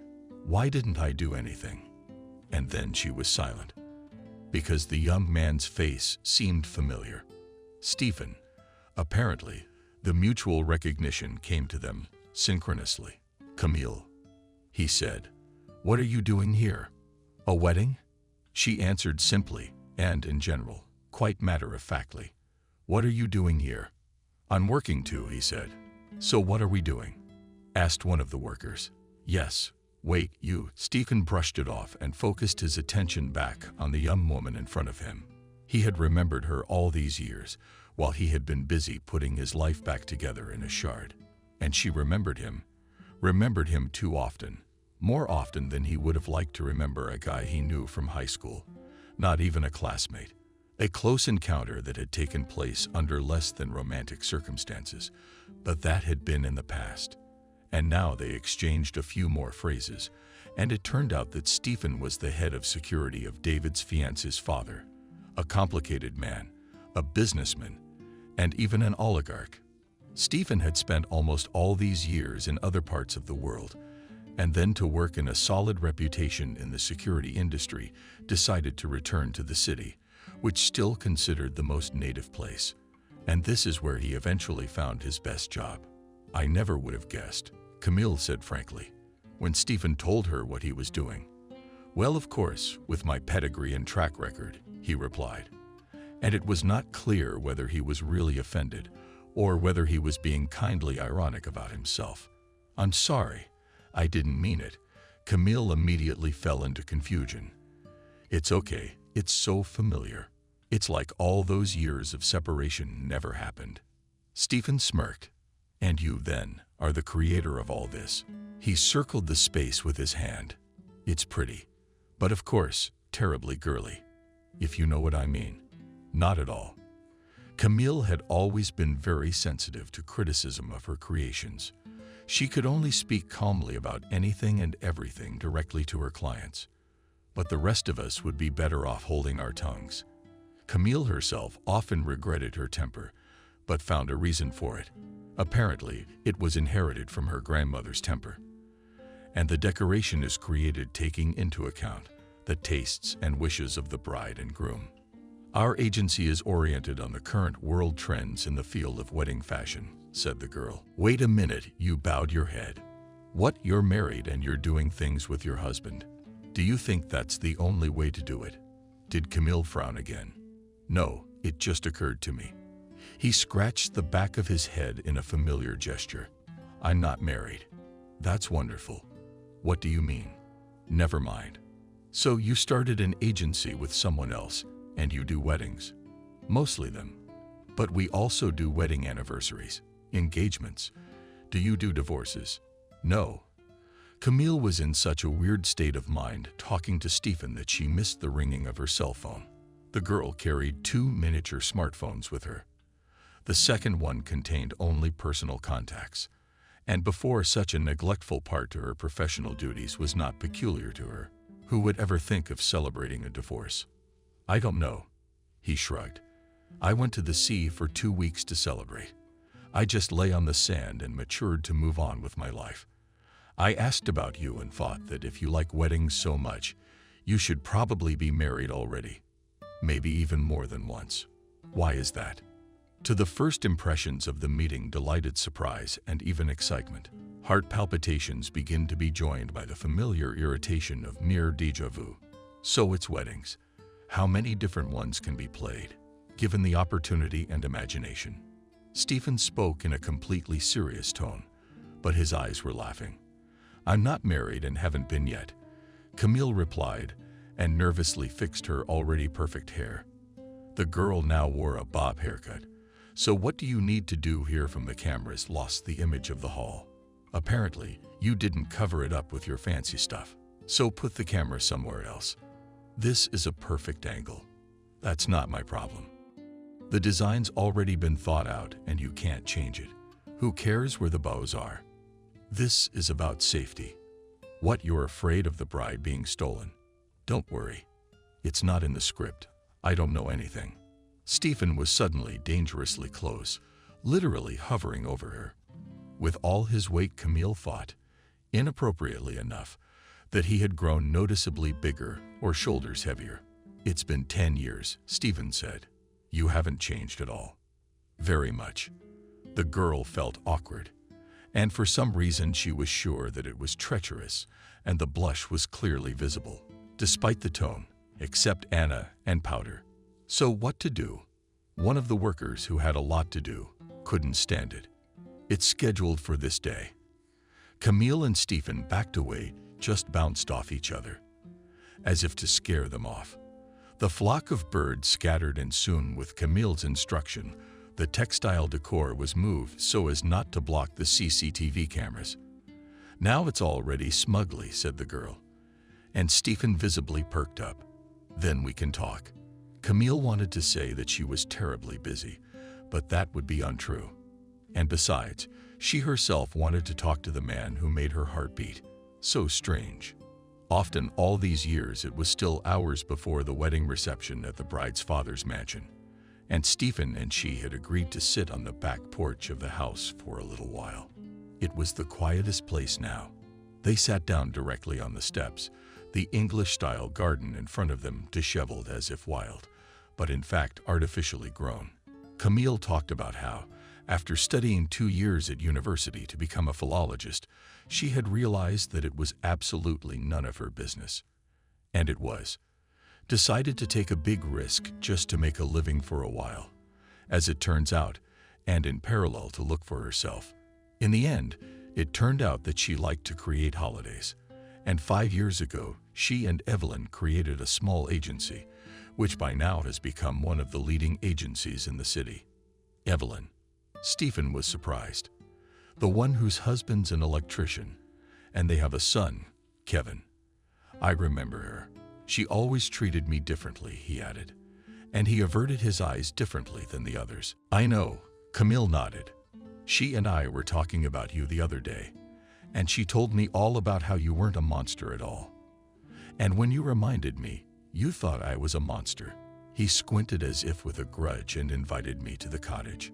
I swear, I smiled menacingly. It was the most nightmarish date of my life and mine. I'd give anything to have it any other way. I mean, what kind of idiot was I, anyway? I should have just asked her out to the movies properly. I mean, you don't have to be afraid to say no. I see. The girl nervously sent a strand of hair behind her ear. The conversation had suddenly turned into a direction that was not the most convenient for a free conversation. How's your grandmother? Stephen asked. She's fine.